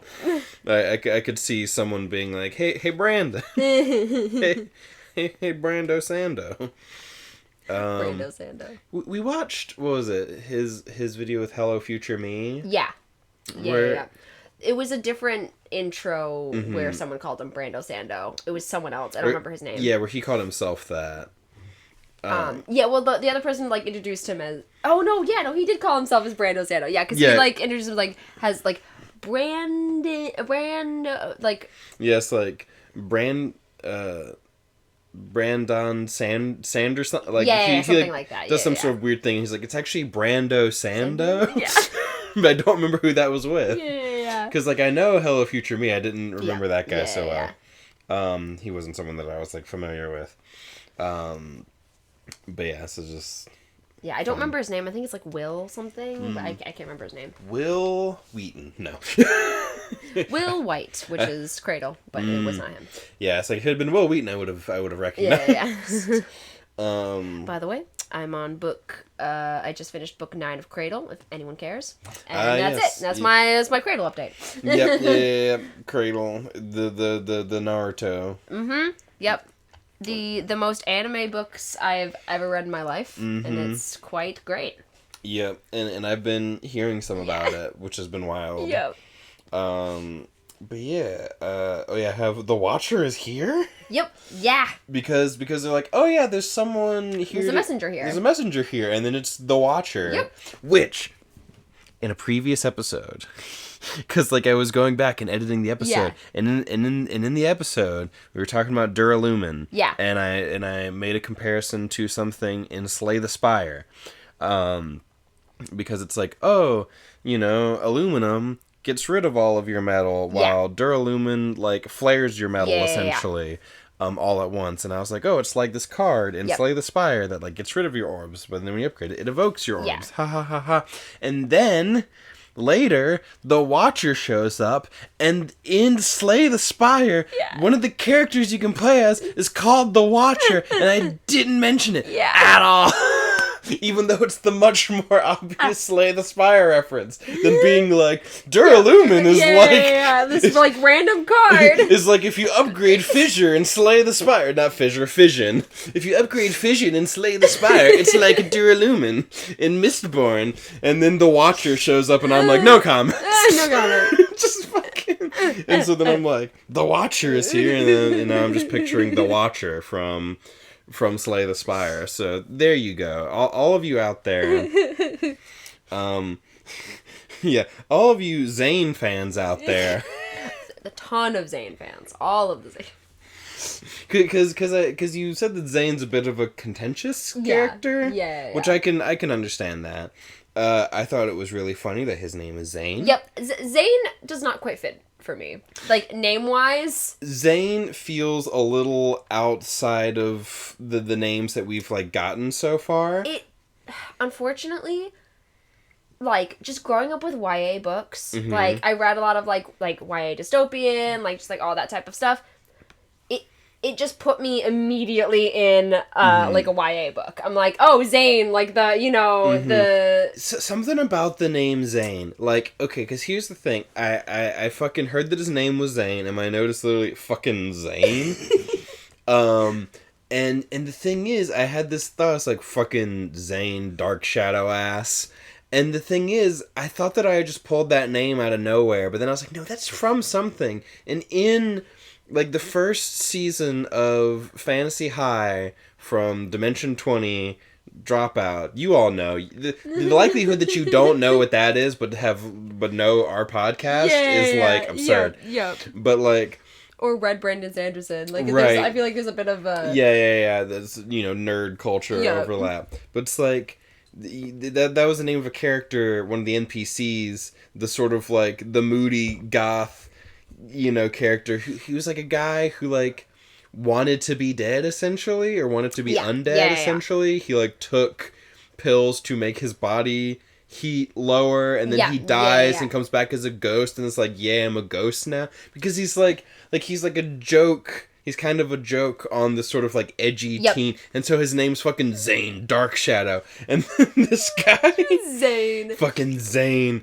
And I'm just like, okay. And he's such a fucking... Okay, so my notes are... It's interesting to imagine the scene from the perspective of not knowing book 1. And then I have crazy Mistborn fight. The old keeps are repurposed or abandoned. Because it's like they start having this like fight, this big Mistborn fight. Yeah.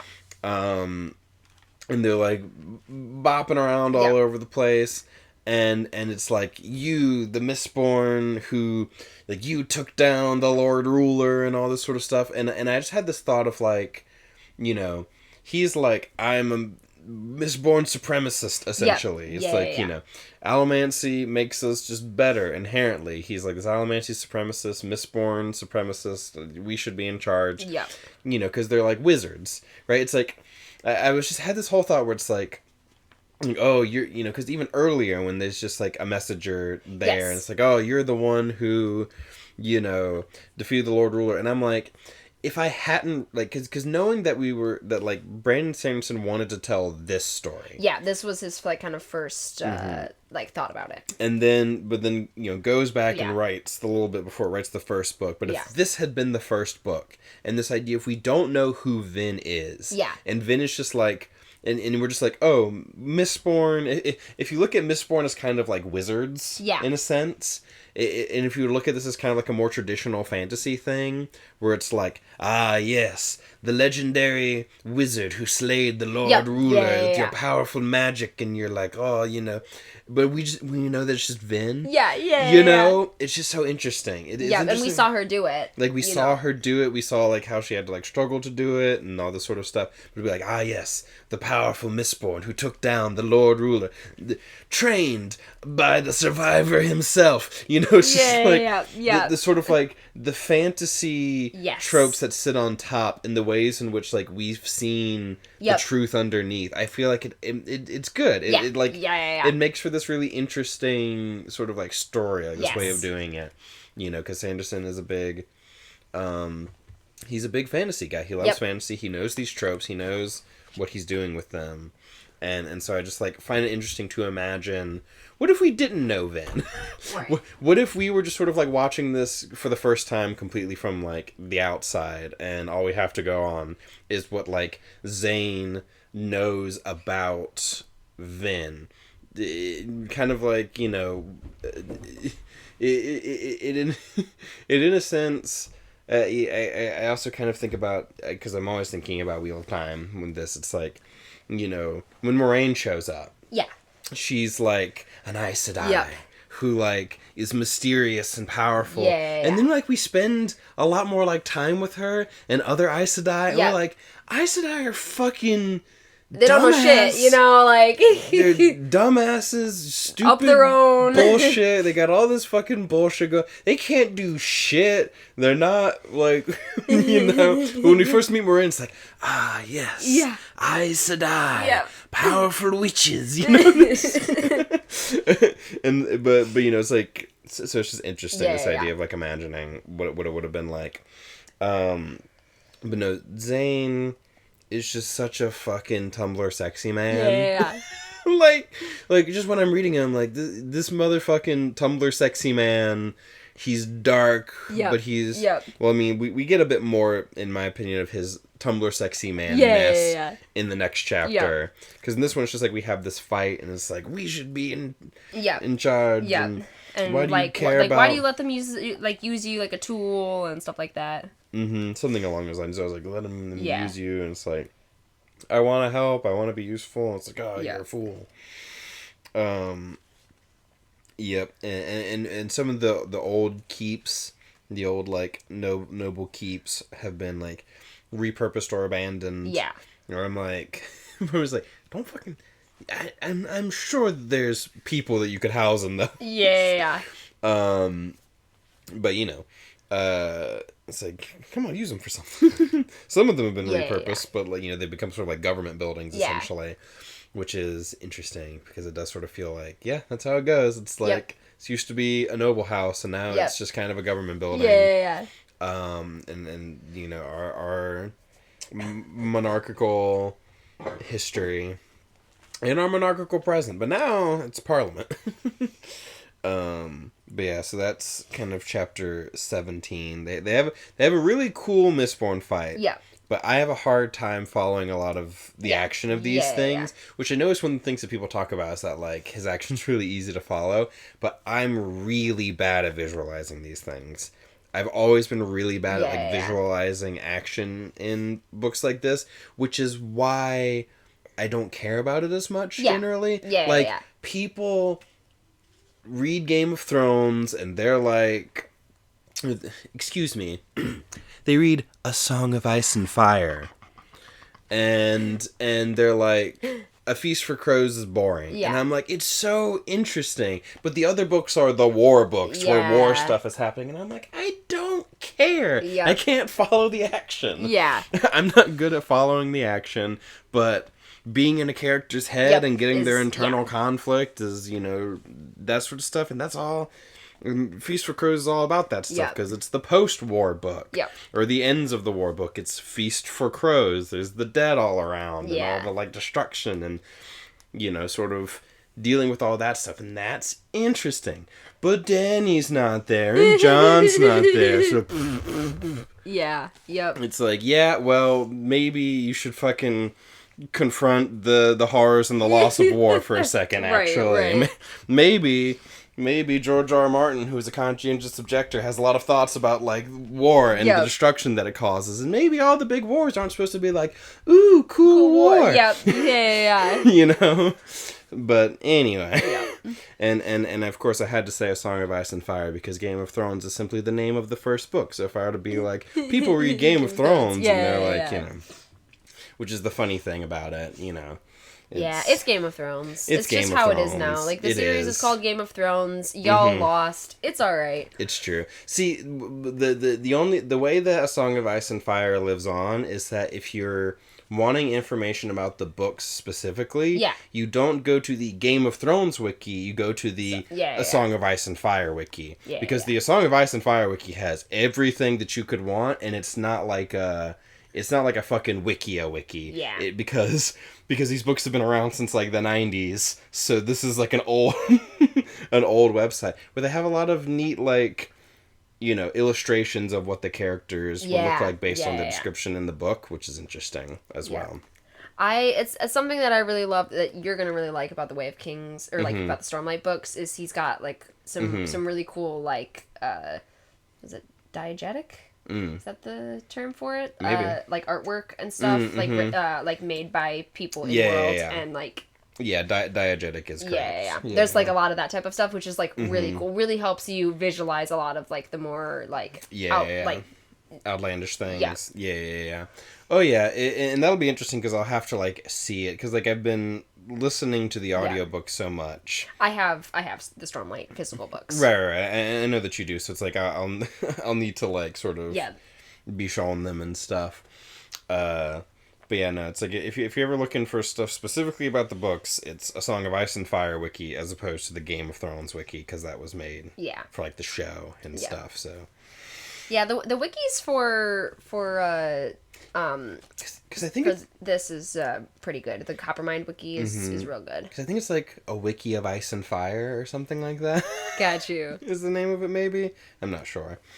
But yeah, so that's so like all the Mistborn fight stuff is cool, but I have a hard time visualizing it, and so it's like hard to like talk about. There's one part where he like pushes a coin past her and then pulls it back and hits her back, and I don't fully understand the mechanics of how he pulled that one off. Because, like, he pushed it past her, but then he pulled it. Yeah. So, like, how did he push it to be behind her? To be, like, lined up properly. Yeah. Like, did he, like, throw it? It's, I feel like if you push, like, on, like, the bottom of a thing to, like, if you're not pushing fully on, a full thing, you could change the direction by pushing, like, on the bottom. Right, so it'll go like... Well, then that gives me sort of like the questions of like how precise you can be with your pushing and pulling. Right. Does it always come from my center of mass? I am not completely sure. Because like, could I have my like hand out and I'm pushing it away from my hand, and thus be like kind of like hook it around by like it's like angling my hand so that it's like pushing away from my palm so that it like goes like that way, or is it always pushing out from my center of mass no matter what? Like if it's in my hand and I push it away from me, it doesn't push off from my hand like at a perpendicular, like it's like, it pushes just away from my center of mass. So if it's in my hand, it'll shoot out of my hand and just away from my center of mass. And also, I'm not 100% sure. And can you push... I've heard people talk about it, but I don't remember. Yeah, because it's like, can you also, like, do you only push on the center of mass of the object, or can you push on, like, this edge of the coin, edge of the coin? I'm pretty sure you can do that. I'm not certain about, like, whether or not it's, like, from your center of mass, but I do think that you can... Yeah. Then I could maybe see how you could, like, do something like that, but it's still just, like... Because I think that's a bit of, like, what Kelsier was doing with, like, all the spinning, like... Yeah. Like, when he was, like, spinning a bunch of, like, metal around him to, like, confuse the... Yeah, because also then the... Yeah. Because, like, they can do, like, the metal powder, and if you, like, imagine it's, like, each of the individual little bits of metal all together to make a coin, you push on the individual little, like, atoms of metal. How... Because there's trace metals in all things, and that's how they can see and all that sort of stuff, so it's, like... Maybe, you know, if you have that fine-tuned control of allomancy, you can just push on certain, you know... Yeah, I think that would take, like, a lot of skill, but I'm pretty sure you can. Because she does talk about him having, like, skill where he's just hovering above a coin, because he's, like, instead of just, like, pushing way up, it's just, these, like, controlled little pushes to keep him sort of, like, just hovering a little bit above the ground, and having that kind of, like, precise kind of like light touch. Yeah. You know? It is something that she kind of like talks about him having, I think. Yeah. And so it's like, you know, he could be skilled in these ways, and also, you know, we know that there's like weird bullshit that you can do. Yep. I like he has the trick of keeping the coins in his mouth to hide them. Yep. Which I did think of because it's like, oh, he's like making these coins like appear. And so my first thought was Khandra. He's keeping them in his body, and then my other thought was he's holding them in his mouth. Yep. And then you were like, it's funny that she went to Khandra first. Different species? No, just in his mouth. No, just in his mouth. Because I was like, you could be keeping them like in his mouth.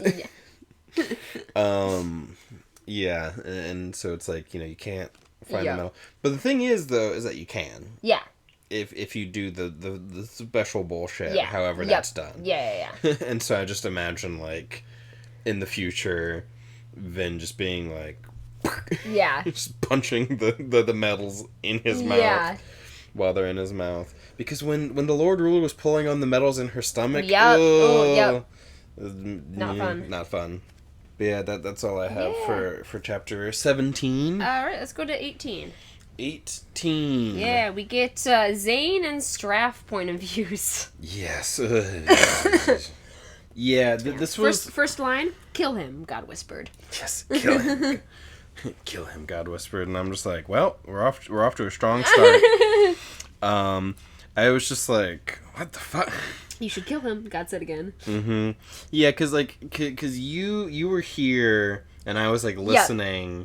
And, like, with, like, the earbuds in, and you were just, like, watching me some, and I was kind of just, like... And then I, like, so I first saw her face and was like, I was like, oh, is it chapter 18? Mm-hmm. And you nodded your head, and I'm like, ha-ha! Mm-hmm. And then I was just, like, making faces and stuff, and you were like, can we, like, listen together? And I was like, yeah, I was intentionally, like, having fun, having you only see my reactions and stuff. But yeah, so... Kill him, God whispered. Excuse me? That's my note. And then I also have Ellen Zane brothers, ? Because he's like, I can't kill him, he's my brother. I'm like, the fuck? Ellen was everything Zane should have been. Favored, privileged, pampered. Mm-hmm. He was Zane's enemy, a block in the road to domination. The thing that was keeping Straff, and therefore Zane, from ruling the central dominance. Mm-hmm. But he was also Zane's brother. Yep, and I was like, excuse me? Yep, and then, but he'd never met him until just today. then. Yeah, and I was like, because I was like, brother, but they didn't, what? Yep. Because, like, Ellen doesn't know he has a brother. Yeah, it's like hidden brother of some sort, and it's like, oh yeah, he's the bastard son. Yep. That's been kept secret. I have Zane as hero killer Stain, because he's like, he has like this reverence for Kelsier, for the survivor, because he was like this powerful allomancer or whatever. I would like to have known him. Mm-hmm. He was a man who understood the power of being Mistborn, a man who didn't let others control him. A man who did what had to be done, no matter how ruthless it seemed. Yep, because Zane is all about that shit, about doing what needs to be done, no matter what, you know. And it made me think of Hero Killer Stain, who's like, All Might is a true hero, and all of you a bunch of fucking fake asses. And it was the most interesting thing about My Hero Academia, and they did nothing with it anyway. It was just in that arc, and then it was gone. It's like, anyway. Yeah. Does Stain have a point? Moving on. But yeah, he's an Allomancy supremacist. He's like, Allomancy makes us just better, just inherently better. It's just true. He's the bastard son, and he's like, you know, God's telling him to kill people, and he's like, I'm insane, but I know that I'm insane, and, you know, some people see visions, I hear voices, some people can't differentiate their delusions, but I can, and he's like, I don't kill anybody unless I want to, most of the time, no, for the most part, and so I have in quotes, for the most part, oh boy. Yeah, I like, kill him, God whispered, as Zane passed another guard. The voice spoke every time he saw a person. It was Zane's quiet, constant companion. He understood that he was insane. It hadn't really been all that hard to determine, all things considered. Normal people did not hear voices. Zane did. Regardless, he found insanity no excuse for irrational behavior. Some men were blind, others had poor tempers, still others heard voices.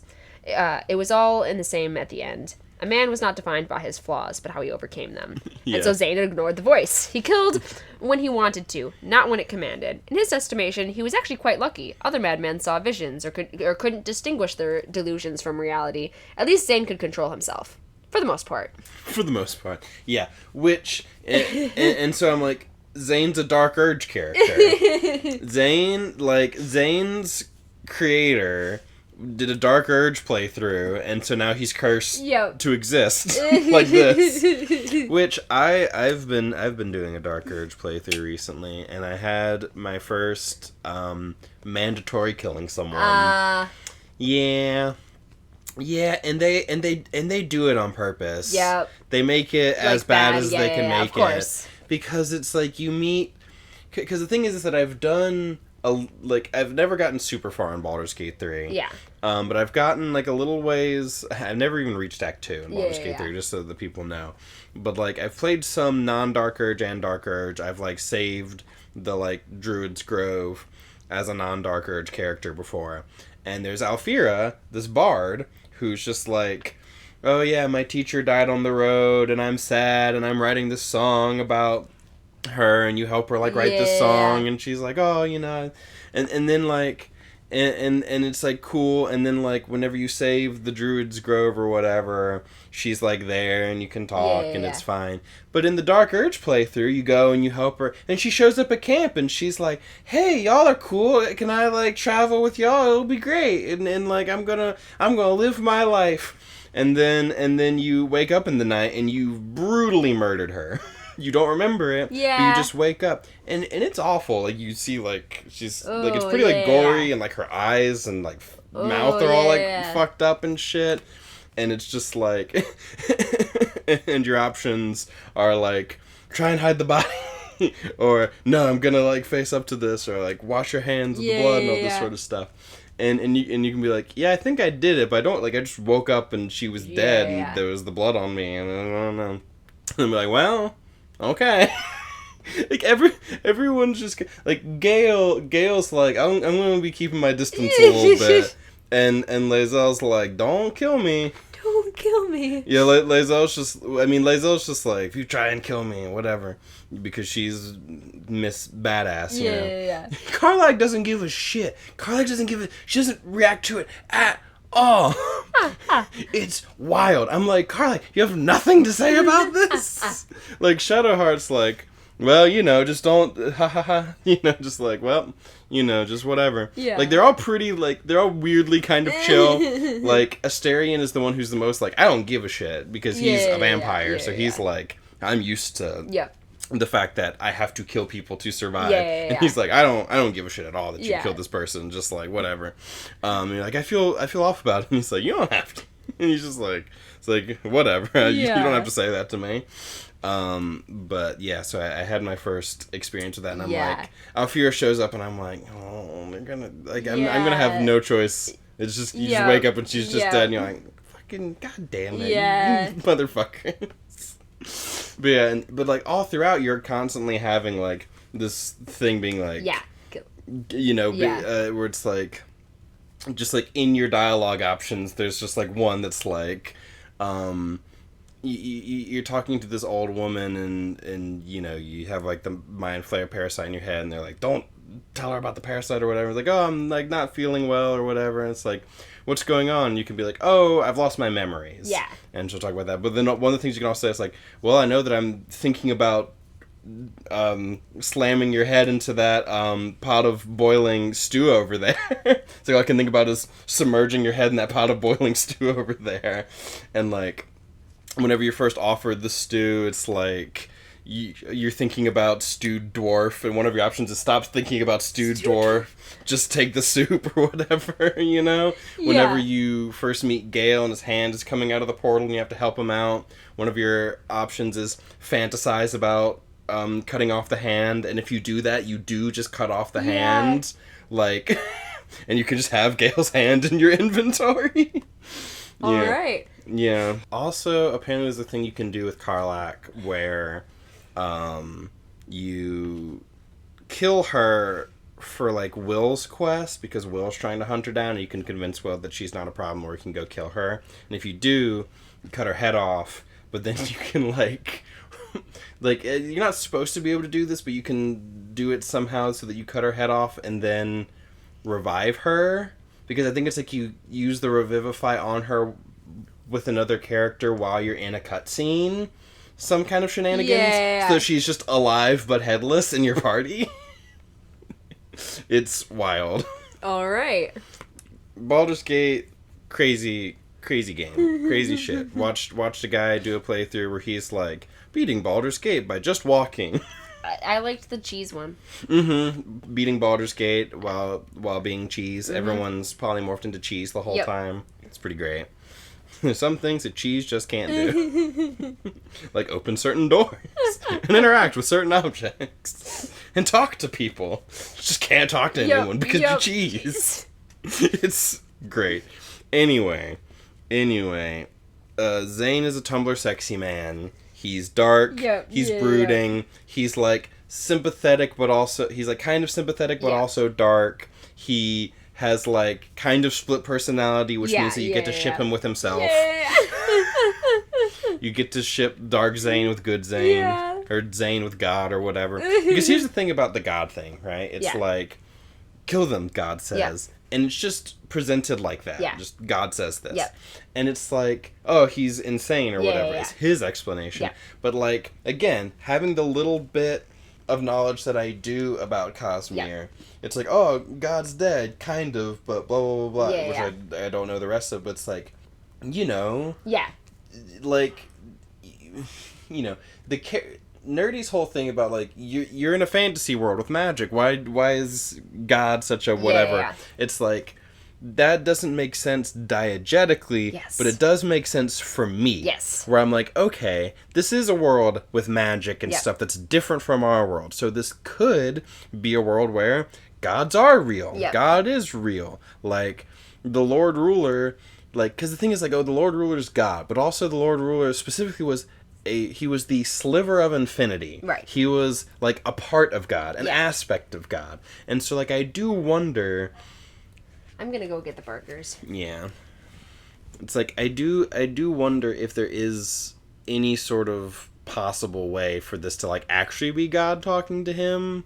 Or maybe he is just insane, but it would be kind of, like, odd. I feel like there's some deeper explanation than just he's insane. But, like, I don't know what it would be exactly. Like, there's some reason why, like, if he is just insane, then there's, like, some reason for it, I imagine, right? Unless he really is just going for, like... Because I do know that, like, you've talked about how there's someone in, like, a later book who essentially has, like, multiple personalities. Yeah.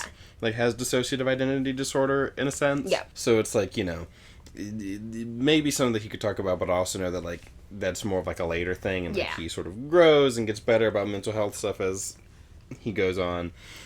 So it's like, I don't know. Again, it's like we'll see how this all sort of pans out with him. Yeah. But I'm like, there's something going on. Yeah. Like, maybe something is talking to him. Because, again, it makes me think of... It didn't until just now. It makes me think of Wheel of Time with Luce Theron. Yeah. Just whispering in Rand's ear. Kill them. Yeah. Kill him. Kill him now. Like, whenever he's around... What's his fuck? Yep, Taim. Yes, when he's around Mazrim and Taim, he's like, kill him now, Yeah. kill him. You know, it's just, and he's like, no, I'm not gonna do that. And so, and you know, he's Dark Vin. He's what if Vin went to the dark side, right? He was, you know, treated poorly in all these sorts of ways. He had this, like, rough life. Being, like, you know, the bastard son of Straff. He was sort of, like, I don't know, abandoned in a sense. Yeah, Zane's Dark Vin. Yep. And he has this conversation with Straff. Yeah. Where, like, Straff's brought poison by someone. Yeah. It's like, this, like, assassination attempt because he's always trying to kill Straff, but, like, he can't. It's so weird. Yeah. It feels... And he, like, drinks the poison, and then, Well, it's just like... It's just like, another assassination attempt. It feels just, like, a little goofy. It feels a little goofy in a way. That, like, I don't know. It's... You know, it feels, and this is maybe gonna sound kind of rude, but again, he's a Tumblr sexy man. It feels like one of those Tumblr posts where it's like, imagine, you know, like a villain dynamic. It's like, constantly trying to kill the other. It's like, you know, you, and it's like, you can do that, but it's a certain tone. And this feels like, and it's not entirely off. Like, you know. It's just wild. It really is, and it really hits you. You know, it does. It's just like chilling, and then kill him. Gotta whisper. What? Okay. Right. It feels just so edgy in a way. Yeah, and then like, because like we've also not seen like self-harm or anything in the previous ones, and like that's like he uses that to like stop himself from like killing and doing violence to others. Like that's also like right, because it's like he like slices his arm because it's like because he has the hardest time controlling himself when the voice is telling him to kill Straff, specifically Lord Straff Venture. He can control it fairly well with like everyone else, but Straff like he actually wants to kill personally. Yes.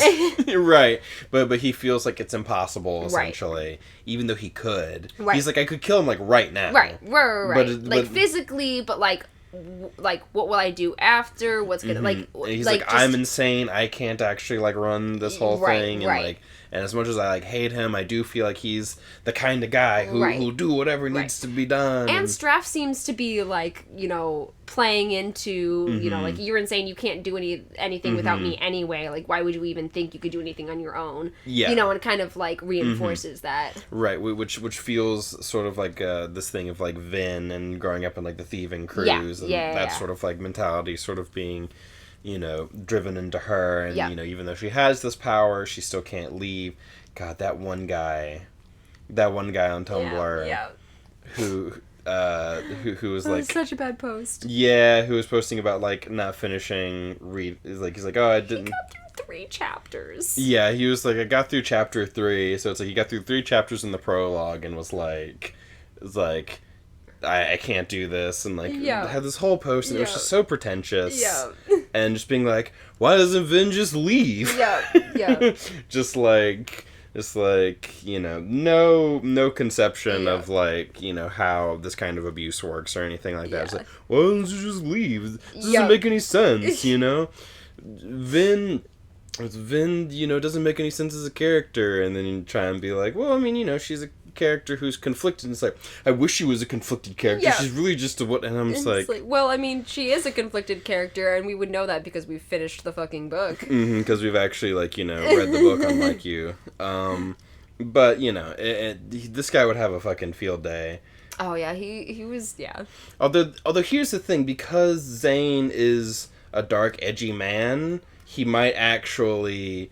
be like, he's sympathetic. Yeah, no, it's like, oh, you know. Yeah. That would be so funny. Oh, I'm sure he would be, though. Yeah, just like, oh no, but like this dark, edgy man who has to fight against his urge to kill people. Yeah. That kind of on the nose conflict, edgy conflict, I'm sure he would love. Anytime that the book was being subtle, he hated it. Yeah. And then anytime the book was on the nose, he was like, it's so on the nose. Yeah. You know, it's like, this book is so on the nose, but then anytime it's subtle, it goes completely over Yeah, his head. yeah. You know? He's like, we're just... See, here's the thing. Those on-the-nose lines were for you. Yeah, they're for your type of reader. Yeah, because it's just like, oh, you know, Kelsier, we're just supposed to, like, love Kelsier, even though he does these, like, bad things, and it's like, that's the whole point of Kelsier, is that he's a conflicting sort of character in the way that it's like, you know, it's like, oh, you know, he's right about these things, but he's also, like, does these things that are, like, maybe not so good, and that's, like, the whole point of the character, but this guy's just like, nah, you know, it's like, it's just bad writing, and that, like, he can't decide, like, it's like, you know, it's like, oh, Kelsey, like, we're just supposed to like him, but it's like, I don't like that he does these things. And it's like, yeah, you're not supposed to like that he's, like, condescending to the sky and stuff. Yep. You're not supposed to like that. Like, but no, the guy was just, it was wild. It was wild. I made a kind of dickish response, and you made some good responses. Yeah, I tried to make some, like, real responses and, like, go back and forth. And it was just like, this isn't going anywhere. Yeah, I just did a few snipes because I was like I don't like the tone of your shit, and like I don't feel like sitting down and going point by point and like going through all your stuff. So I'm just gonna snipe a little bit. Right, and it's also one of those things. It's like I'm trying to do this in like the fucking comments of Tumblr where you have like a character limit, and so I'm like, I made some like snarky things, but then I tried to make some like actual points. Yeah, and it's also like I can't say everything that I want to say in one fucking Tumblr comment, but like, so I'm just pointing to some specific things. But I'm just like, Vin is a character who has internal conflict, and that's like what informs her character, but you're just acting like she's just like an inconsistent character. And then he's like, well, what's his name doesn't make any sense. What was his, the fucking... Oh, Cayman. Yeah, he just kept being like, Cayman's motivation doesn't make any sense. And I'm like, well, here's these things about Vin and whatnot. It's like, yeah, but Cayman's motivation doesn't make any sense. Like, fine, I can go explain Cayman to you. Right. If you would have gotten another, like, 2 chapters in, you would have, like, seen a little bit more, you know, like... Right, and I was also just like, some things make more sense as they go along. It's like, so you admit that it doesn't make sense. And the thing is, like, I knew that he was going to do it. As soon as I was like, this motherfucker's going to be like, so you admit that it doesn't make sense? And it's like, no, it makes sense. I think that it makes sense. It's just that things get even more clear. It's like, this makes sense, but then it makes even more sense. It just, like... It, you know, I felt like on its own it made sense, but then with more context, it's like, oh, that just adds to it. But this guy was just... The thing is like, there was never going to be any pleasing this guy. No. Like, the guy just came in with, like, I'm going to interpret everything about this in the worst way possible. Like, I'm just going to assume the worst no matter what. And it was just so frustrating to be like, why are you just allergic to the benefit of the doubt? And it's like, you got 3 chapters in, and you're like, I already know where all this is going. You know, it's like, Vin's brother is just brought up for no reason. Ah, my guy, you read 3 chapters of this book. Like, there's, like, you know, it's like, I don't know. It's just like, have a little bit of patience. Right. Even just the slightest. If, like, the first, like, bit curiosity. Right.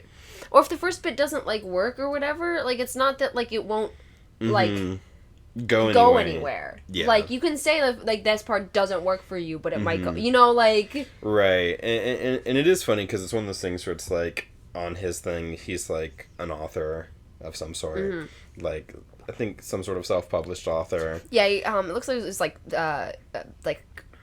short story compilation. Yeah, and part of me was, like... I should check out this guy's writing to see if, like... see if it's any good. See if it's any good, but I'm like, I'm not gonna fucking bother. It's like, that's a level of pettiness of being like... Right. Especially because it's like, I'm coming in looking for, like, him being shitty, so I can be so like... so then it's, it would just It's just not very fair. It's just not fair at that point, and I was just like, I'm tired of this. I'm just so tired of this. Because then I was like, maybe, because it's like, you know, maybe check out some of Sanderson's, like, lectures or whatever, so you can get, like... some sort of, like, idea into, like, his process and whatnot, because clearly you have this, like... Because he kept making, like, weird assumptions about Sanderson's, like, writing process that he's, like, really open about. Yeah, and he was like, no, I've, like, seen them and, like, recommended them to people before, and it's like... it's like, I feel like he's good at, like, you know, like, some of these, like, things about, like, explaining plot stuff, and I'm like, I don't get you, my guy. Yeah, so, like, you trust him enough to learn writing, like, stuff from him, but not enough to, like... let him put it into practice. Right. Like, you know, it's like, this setup isn't paying off immediately. If I don't have instant gratification, I'm gonna fucking piss and shit. Yeah. You know, just, like... Yeah. It was so weird. I was just, like, so entranced by this. By this wild post. By this wild post, and it's just like, all right, whatever. it's not worth it. It's not, like, at a certain point, I'm like, I'm not gonna keep going back and forth about this. It's not worth it. Just, like, this guy's not gonna, like, you know, give it the benefit of the doubt for any reason. But anyway, that's not important. What's important is that, you know, there's the assassination attempt, in quotes, and Straff, like, Zane makes this comment, like, in his head about how, like, Straff's always, like, posturing. And then Straff fucking drinks the poison. And then, like, Zane leaves, and then he's gonna be like, get the fuck... Bring this girl in to make me something, or to make me an antidote. Yeah, but it's like, bring this lady in to give me an antidote, and then he's horrible, and then he's so horrible. We're unfortunately in Straff's head, and we have to hear him think about anyone around him, especially the women around him. Yeah, it was bad. It was bad. Just like this woman who's the one who makes the antidote for him, and she's like in her, like, mid-20s or something? Yeah, she's, like, about, like, 25, 26. Yeah, and he's like, you know, she was pretty 10 years ago, and I was just immediately like, no, please. Because it was, like, I don't know, it just, like, at this point, and I trust that like, you know, like, at this point, I've read the first book, and I have a certain amount of trust built up in Brandon Sanderson, but it is just, like, right now... Straff doesn't feel like a character as much as he just feels like evil McEvil Man. You know? It's just like Straff's just the worst guy who does the worst thing because he's the worst. Yeah. Right? And that's just his whole shtick. Yeah. And like the whole drinking the poison and having someone like that was like interesting in its own right. I wrote down Straff is 90% posturing by volume. Yeah. Like, this man is more posturing than human. And that's kind of interesting, but it's also just like, I don't know. I just need more of how the sort of him being nobility sort of encouraged this kind of bad behavior in him, or sort of like never discouraged it in him. You know, it's like Doflamingo in One Piece, because again, we simply must. My only points of media reference are One Piece and Wheel of Time, apparently. Spoiler for Doflamingo's backstory. Yeah, I have consumed no other media. We've had spoilers for, like, Wheel of Time and other stuff throughout so far. But it's like, Doflamingo, it's like we see him as a kid, and he's like, where are the slaves? You know, because he was a celestial dragon, and so it's like, that just was normal, and so then having that, like, taken away from him, he doesn't, like, do well with that. But it's like, because he was just sort of allowed to be the worst version of himself. And so you can kind of imagine how being a noble sort of allows Straff to be the worst possible version of himself. But I feel like I just need a little bit more of, like, actually going into that. Yeah, that's fair, because we haven't really seen... like, much of him outside of just, like, what we've, like, some of, like, the horrible shit we've heard and stuff, and then this tiny little glimpse into his head here. Right, exactly, you know, it's just, like, I need a little bit more about how Straff actually ticks, other than just is a pedophile and a racist. Like, you know, it's, like, because, like, the racism aspect of, like, sort of the ska stuff, that, I'm just, like... I don't need more explanation of that from him, because that just sort of... It's a societal... It's, like, the societal thing, and it makes sense. Like, we already have some of that. But just, like... It felt unnecessary. Yeah, it really does just, like... Is just, like, there. And it's like, oh, damn. Yeah, it's just like, oh, all the many women that he has... just sort of at his disposal. And just the... You know... It just felt a little, like... You know... kicking the puppy in a sense, you know, just sort of like cruelty for the sake of it. Yeah. Just for the sake of making his character more evil. Yeah. In a way. Just like, he's the worst. Yeah. And it's like, you know, like, there are people like Straff out there, for sure. It's just like, you know, I don't know. It just, so far, Straff feels too much like a caricature of evil person than, like, full character in the same way that other characters feel more like full characters to me. And, you know, maybe that's unfair. Maybe that just has something to do with sort of, like, I don't know, something about the way it was presented. Because this is getting into the part where I'm like, in Wheel of Time, I'm at the part where it's like, where it's just like, what if sexual violence wasn't taken that seriously? And it's just uncomfortable to read and to, like, be there for, and, like, all this sort of stuff. You're in book 7? Yeah, where it's like the stuff with Matt. Just towards the end of that book. And I know that, like, there's gonna be, like, more of it in a sense. Yeah, it sucks because they were trying to do something with it and it didn't work. Yeah. And what they were trying to do with it, they shouldn't have been trying to do. Yeah. Like, they're trying to, like, show. Basically, Harriet, Robert Jordan's wife, was trying, well, like, wanted to kind of go into, like, how kind of, like, just being seen as, like, a sex object, like, constantly, like, would affect you, or whatever. Which is great, and, like,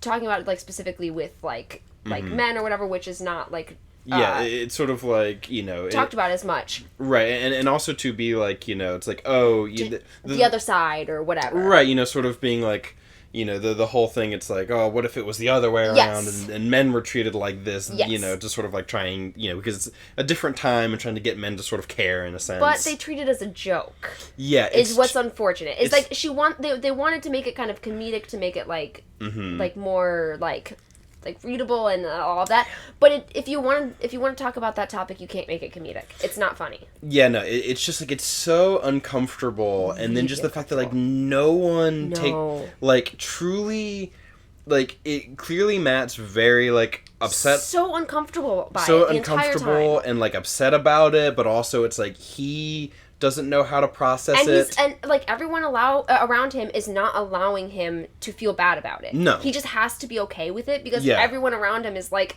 that's funny. Yeah, and it's like, and there's a part of it where it's like, if that had sort of been the thing, it's like, oh, everyone else isn't taking it seriously, but it just doesn't feel like the narrative is taking it seriously enough. There needed to be one character who took it seriously. And that's it. There just needed to be one character who took it seriously. Because this is like Brigitte. Yes. If Brigitte had just, like... Because I don't know that I've had them, like, talk about it too much yet, but it's just, like, Brigitte's the only one who ever is, like, kind of, like, on Matt's page. The only, like, woman who's kind of, like, on Matt's page for a lot of this stuff. Yeah. Who's just kind of, like, yeah, I'm chill, and, like, yeah, Matt sleeps around, but that's not a crime or anything, you know? Right. And then, but then, like, you know... There just needs to be, like, one, like, thing. It's like, no, like, you're right, that's not, yeah, like if he had gone to Brigitte and she's, like, in his corner or whatever, then that could have been, like, you know, like a thing. Yes. And even just, like, getting other people, I don't know, but it's just, like, it just feels like Matt as a character is, like, it's this weird thing where he's, like... He has the, like, luck. Yeah. And that's his thing. But he's also a guy who's, like, sort of profoundly unlucky. In a way. Yeah. It's, like, just awful shit is happening. But also just, like, I hate the way that the women around Matt treat him. It's bad. It's so bad. They treat him so poorly. And it just feels weird. Yeah. In this way where it's, like, you know... Because there's this way in which... the men will treat some of the women badly, but it's like, there's something different about it, where it's like, in Wheel of Time, and like, you know, again, I'm not finished with it, but from what I've read so far, there's this overarching sense of like, oh, you know, everyone's like kind of sexist, but in like a way that it's fine. Yes. Everyone is like, ugh, Men. Yep. Can't live with them, can't live without them. Ugh, women. Yep. Can't live with them, can't live without them. Yep. And then there's that one time they're on the boat and there's like an actual misogynist. Yep. Who's like, women are the root of all problems. And won't even look at them. And won't even look at them. And it's so like, it's like, yes, that kind of guy does exist. But also, it's like, if that's your only conception of what a misogynist is like, and then to have, like, all these women who are constantly just, like, nagging Matt about the shit that he does, and it's always like, Matt's, like, right, and these women are wrong, and it just feels like this weird sort of... I don't know. Some of the gender stuff in Wheel of Time, it's like, it's going for something, and I'm not always, like... It's going for something, and it definitely doesn't always succeed in what's going for, and then sometimes it does succeed in what it's going for, and I don't like what it's going for. Yeah. Like, it's just, I think a bit of, like, a dated kind of gender, like, discussion in general. Yes. Yeah. Because it's just, like, the women are just, like... Because it's, like... Whenever, because, like, the whole thing about, like, Matt saving them in the stone, and then, like, all these books later, like, comes up again, and they're, like, and some other people are, like, y'all were so shitty to him, y'all need to go apologize, but they never, like, and I mean... They, like, did a half apology, It's whatever. like, they apologize because they were made to, but they don't really mean it, and they feel, like... I think Elaine kind of means it. Elaine mostly means it, the others don't. But it's also just like this whole thing where they just have the worst possible view of Matt at all times. Yeah. They're like, oh, you know, if we apologize, he's gonna lord it over us, and he's gonna be awful, and he's gonna do these things. And it's just like... And then when he was kind about it, they got mad. Yeah! When he was like, oh, no, it's nothing, don't even worry about it. Yeah. You know? And it's like, it's nothing after all this, and we have to... And it's just like, so... that's all he wanted. He just wanted an acknowledgement that he, went out on a limb for them. That's all he wanted. Mm-hmm. And so it's just like, you know, it's like, and these women who we follow, and they're like main characters who are in their heads, and they're full people, and we have, like... This whole thing, it's like they're well-written women in that sense, but then also sometimes they're around Matt, and I'm like, why are we now just playing out the stereotype of nagging women and the put upon man, just played straight, just played completely straight, like, in this way, where it's like, they're only ever this unreasonable to Matt, and, like, you know, sometimes maybe to Rand, but they all want to fuck Rand, so, like, whatever. That's unfair, because in this particular instance, we're talking about Nynaeve, and Nynaeve does not want to. No. Like, Nynaeve as part of this does not want to. But, like, Elaine, and, like, Avienda, and, you know, them. Although Avienda's one was like, no, you, like... Yeah. Like, that's what, like, that was one of the things that made me really love, like, Brigitte and Avienda even more, was because, like, they both were like, no, you guys are fucking horrible. I just love, because it's like, it's like, I would, like, listen, I don't want to, like, it's not one's place to tell you that you have toe to someone, but, like, you have toe to Yeah. you have toe to to Matt Cawthon. No, like... It's like, listen, like... He fucking saved your life. He saved all of your lives. And then, like, Elaine's like, my girlfriend's mad at me, oh no. Yeah, essentially. Listen. She's like, okay, I'll listen to my girlfriend. Yeah, because, listen. Like, they talk about, like, oh, like, fucking Elaine and Avienda, and, like, at night they shared things that they never shared with anyone else, and I'm just like, oh, I bet. I bet they did. They're, like, my, like, biggest, like, couple in Wheel of Time. Yeah. Because, like, I ship the foursome, you know. I like it. But, like, I like Rand and Min and Elaine and Avienda. Yeah. Like... I agree. As pairs. I do like all of them together, and I like Min with all the others. Well, see, you know? Because the thing is that, like, I really liked Min and Rand together because they're so, like, they're just so much more, like, casual. And they're comfortable. They're just so comfortable they can just together. exist with each other, and it's really good. Because it's like fucking Perrin is never comfortable in his relationship. If it's turned into a Wheel of Time podcast. It has. We might need to, like, cut 30 minutes and turn it into a Wheel of Time, like... Now, the Wheel of Time interlude. Because truly, this is just becoming a Wheel of Time podcast. Like, but it's just like, It's too late for us to do a Wheel of Time podcast, so I'm already, like, so far into the series. I do end up growing on Perrin and Fael later. Right, like, right.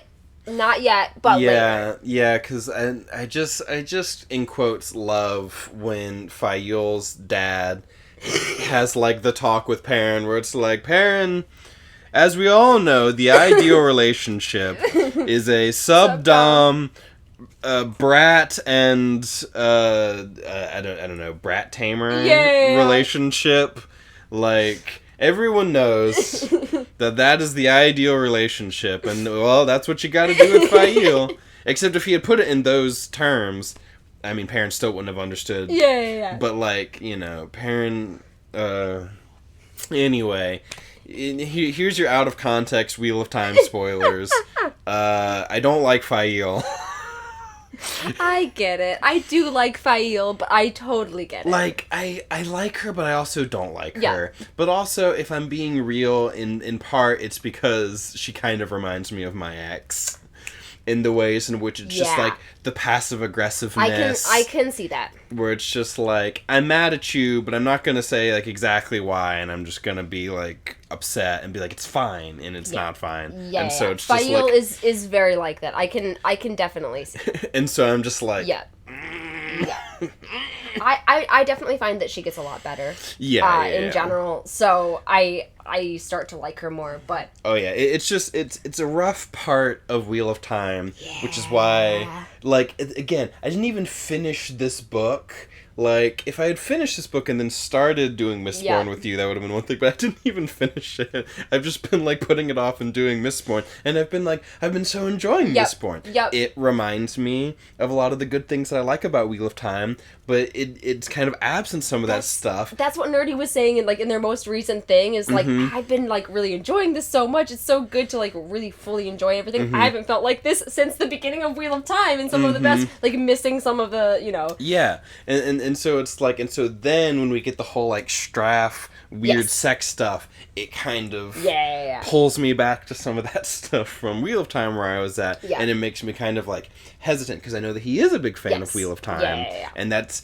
such a part of it in this, like, weird way. Like, the sexual violence is such a part of Wheel of Time. It really is. Especially, like, as the series, like, goes on and stuff. Like, I feel like in the first few, it's not, like, first couple books, it's not as prevalent, but then once you're getting, like, kind of into where you're at, it really has started to... become just sort of, like, more of, like, a consistent thing that we're talking about, and it just makes me uncomfortable sometimes. Brandon doesn't use it often. Right, no, and I sort of imagine so. It's sort of like, it's acknowledged that this sort of stuff exists in the world, because, you know, it's sort of like... you know, that makes sense, but it's just sort of like, we're not gonna, like, dwell on it too much, and I would like that, and, you know, it's a sort of a preference thing, and also just sort of like a handling thing, like, just how well you handle the subject matter and stuff. But anyway, that's been our long sort of, and it's, I feel like it's fine to kind of have, because this is... I was trying to say that this is sort of the end of the thing, but then the dogs are wanting to keep... The dogs wanted to say hi. They wanted to say bye to everyone. Yeah, it's like, since this is kind of the end of the chapter and us talking about it, we went on this long tangent, but we're here at, like, the end of the chapters, and so this is sort of like, I don't know. Maybe I'll have a separate chapter in the thing where it's like... At this point, we go on a long Wheel of Time tangent, so if you don't know anything about Wheel of Time, you know, the just understand. But who knows? But yeah, so that's essentially it. Straff gets cured. His posturing did its thing. End chapter. And so, what are we reading next time? I didn't go through it again. No, we never do. It's simply in our nature to not. So it's gonna be chapters 19 through whatever. Oh, while we're sort of waiting for a second, another nerdy is always wrong bit, and this is one that like especially hits me because I studied linguistics in college. I was an English major. I took like a bunch of linguistics classes. Linguistics is kind of like this big thing for me. And there was apparently something where he was talking about in Stormlight, like reading, because it's like, from what I understand a little bit, is that like women are literate, men aren't. Yeah. In the society, and it's like a social, cultural, gender norm kind of thing. Yeah. And he's just like, but you just learn how to read. But like if you're just around it, you just learn how to read. I wanted to smash my head into my work desk. Yeah, it's just like, bro, for like most of human history, we and I'm saying human history, not prehistory, back before writing. Yeah. Like when we had writing, only select groups of people wrote. Yep. And just like, and then other people just didn't. Here's the thing. There were scribes, people whose job it is to copy text, who couldn't read. Yep. Like, they just knew how to reproduce the symbols. They knew the symbols, they knew how to reproduce them, but they couldn't even actually, like, read them. Yep. And they spend all their time around text. Yep. That's all they do. Yep. And you have to learn how to read. Yeah. Like any like written word, like and it's like, and if you have like no basis in language whatsoever, or in written language whatsoever, trying to just like learn how to read from just picking it up, because he was apparently like, oh, I went to Japan and I picked some stuff up, but it's like you already have a basis in reading in English. And so you have something of a starting point to go off of. And also it's like, I imagine if you're in anywhere touristy in Japan, they also have English there. Yeah, so then you can compare. So then you can compare, and that makes it easier to just learn, to learn by like doing that translation and comparing back and forth and stuff. It's just like, it's just not how literacy works. Yep. And that's just like, as someone who has like a college degree in English, specifically focusing on linguistics, it just... That's just not how literacy works. Like, because you just assume that they want to be literate, right? It's like, they don't want to be. Right. Because like, there are people today who are, like, proud about the fact that they don't read books and stuff, because they're, like, this fucking nerd shit. Like, we live in a world where writing is everywhere. There's text on this bottle. There's text on this cap. There's text on this can. There's text on the fucking grinder over here. There's text on my mug. There's text on my lighter. Right? There's text on everything in our lives because we are a literate society. But that happened really recently in the grand scheme of things. The United States didn't used to have public education where we taught everyone how to read. And so there were a bunch of people who just didn't know how to read. There's people in our modern day world, in our modern country, who don't really know how to read. Like, there's a problem. That are technically illiterate. Who are technically illiterate in our modern day. So, like, in this fantasy period... where, like, it's just, it just makes sense. Yeah, I just could not, when he said that, and, like, he was defending it over and over, and I'm like, no. It's like, that's just, like, because you assume, because it's like, oh, well, writing is this useful technology, and you know that because you use it, but it's like, these people... They don't, and like, and here's the thing, when writing was first, like, being invented, there were people who were like, it's bad, just remember things. They were like, it's a crutch to, like, lean on writing to remember things, you're gonna get dumber. You're gonna, like, not be able to remember anything because you're gonna be too reliant on writing. And it's just, like... And these were, like, the Greeks who we were getting... Who, like, we get, like, a lot of this, like, old philosophy stuff from. There were people contemporary to that time who were, like, don't write things, you idiot. Yep. Because it'll, like, weaken your mind. Yeah. So it's, like... It's just... Nerdy sometimes is just so convinced that he knows something and that he is right. Yeah. And he's just not willing to accept that, like, no, like, actually, factually, like, here's the thing. We can disagree about fucking One Piece opinions, you know, and about, like, stakes and whether or not, you know, all these characters should be dead or whatever. But, like... about how, like, writing works, you're just wrong. You're just wrong. And like, like, that's just the long and short of it. You're wrong. Like, I'm sorry. Yeah, I was just like, no. Like... Yeah, I was hearing that, and I'm like, I need to talk to you about it, because I'm like... yeah, it's just, like, as... I'm like, with what I know about, like, language and like literacy and all that type of stuff, like, that, like... That's what I was thinking. But, like, I wanted to talk to you about it and be like, you know. It's just, like... yeah. It's just... yeah. But, yeah. So, I think... So, either 19 through 25 or 26. Okay. 25 would be 6 chapters. 26 would be 7 chapters. We did... What was it? I believe we did 6 this chapter. We did... Yeah, because it's... Yeah, because counting 13. Yeah. Yeah, because we did... We started with 13, right. So, do you have any sort of, like, preference, you think? 25, 26? Depends on if you want a cliffhanger or not. Which one's the cliffhanger?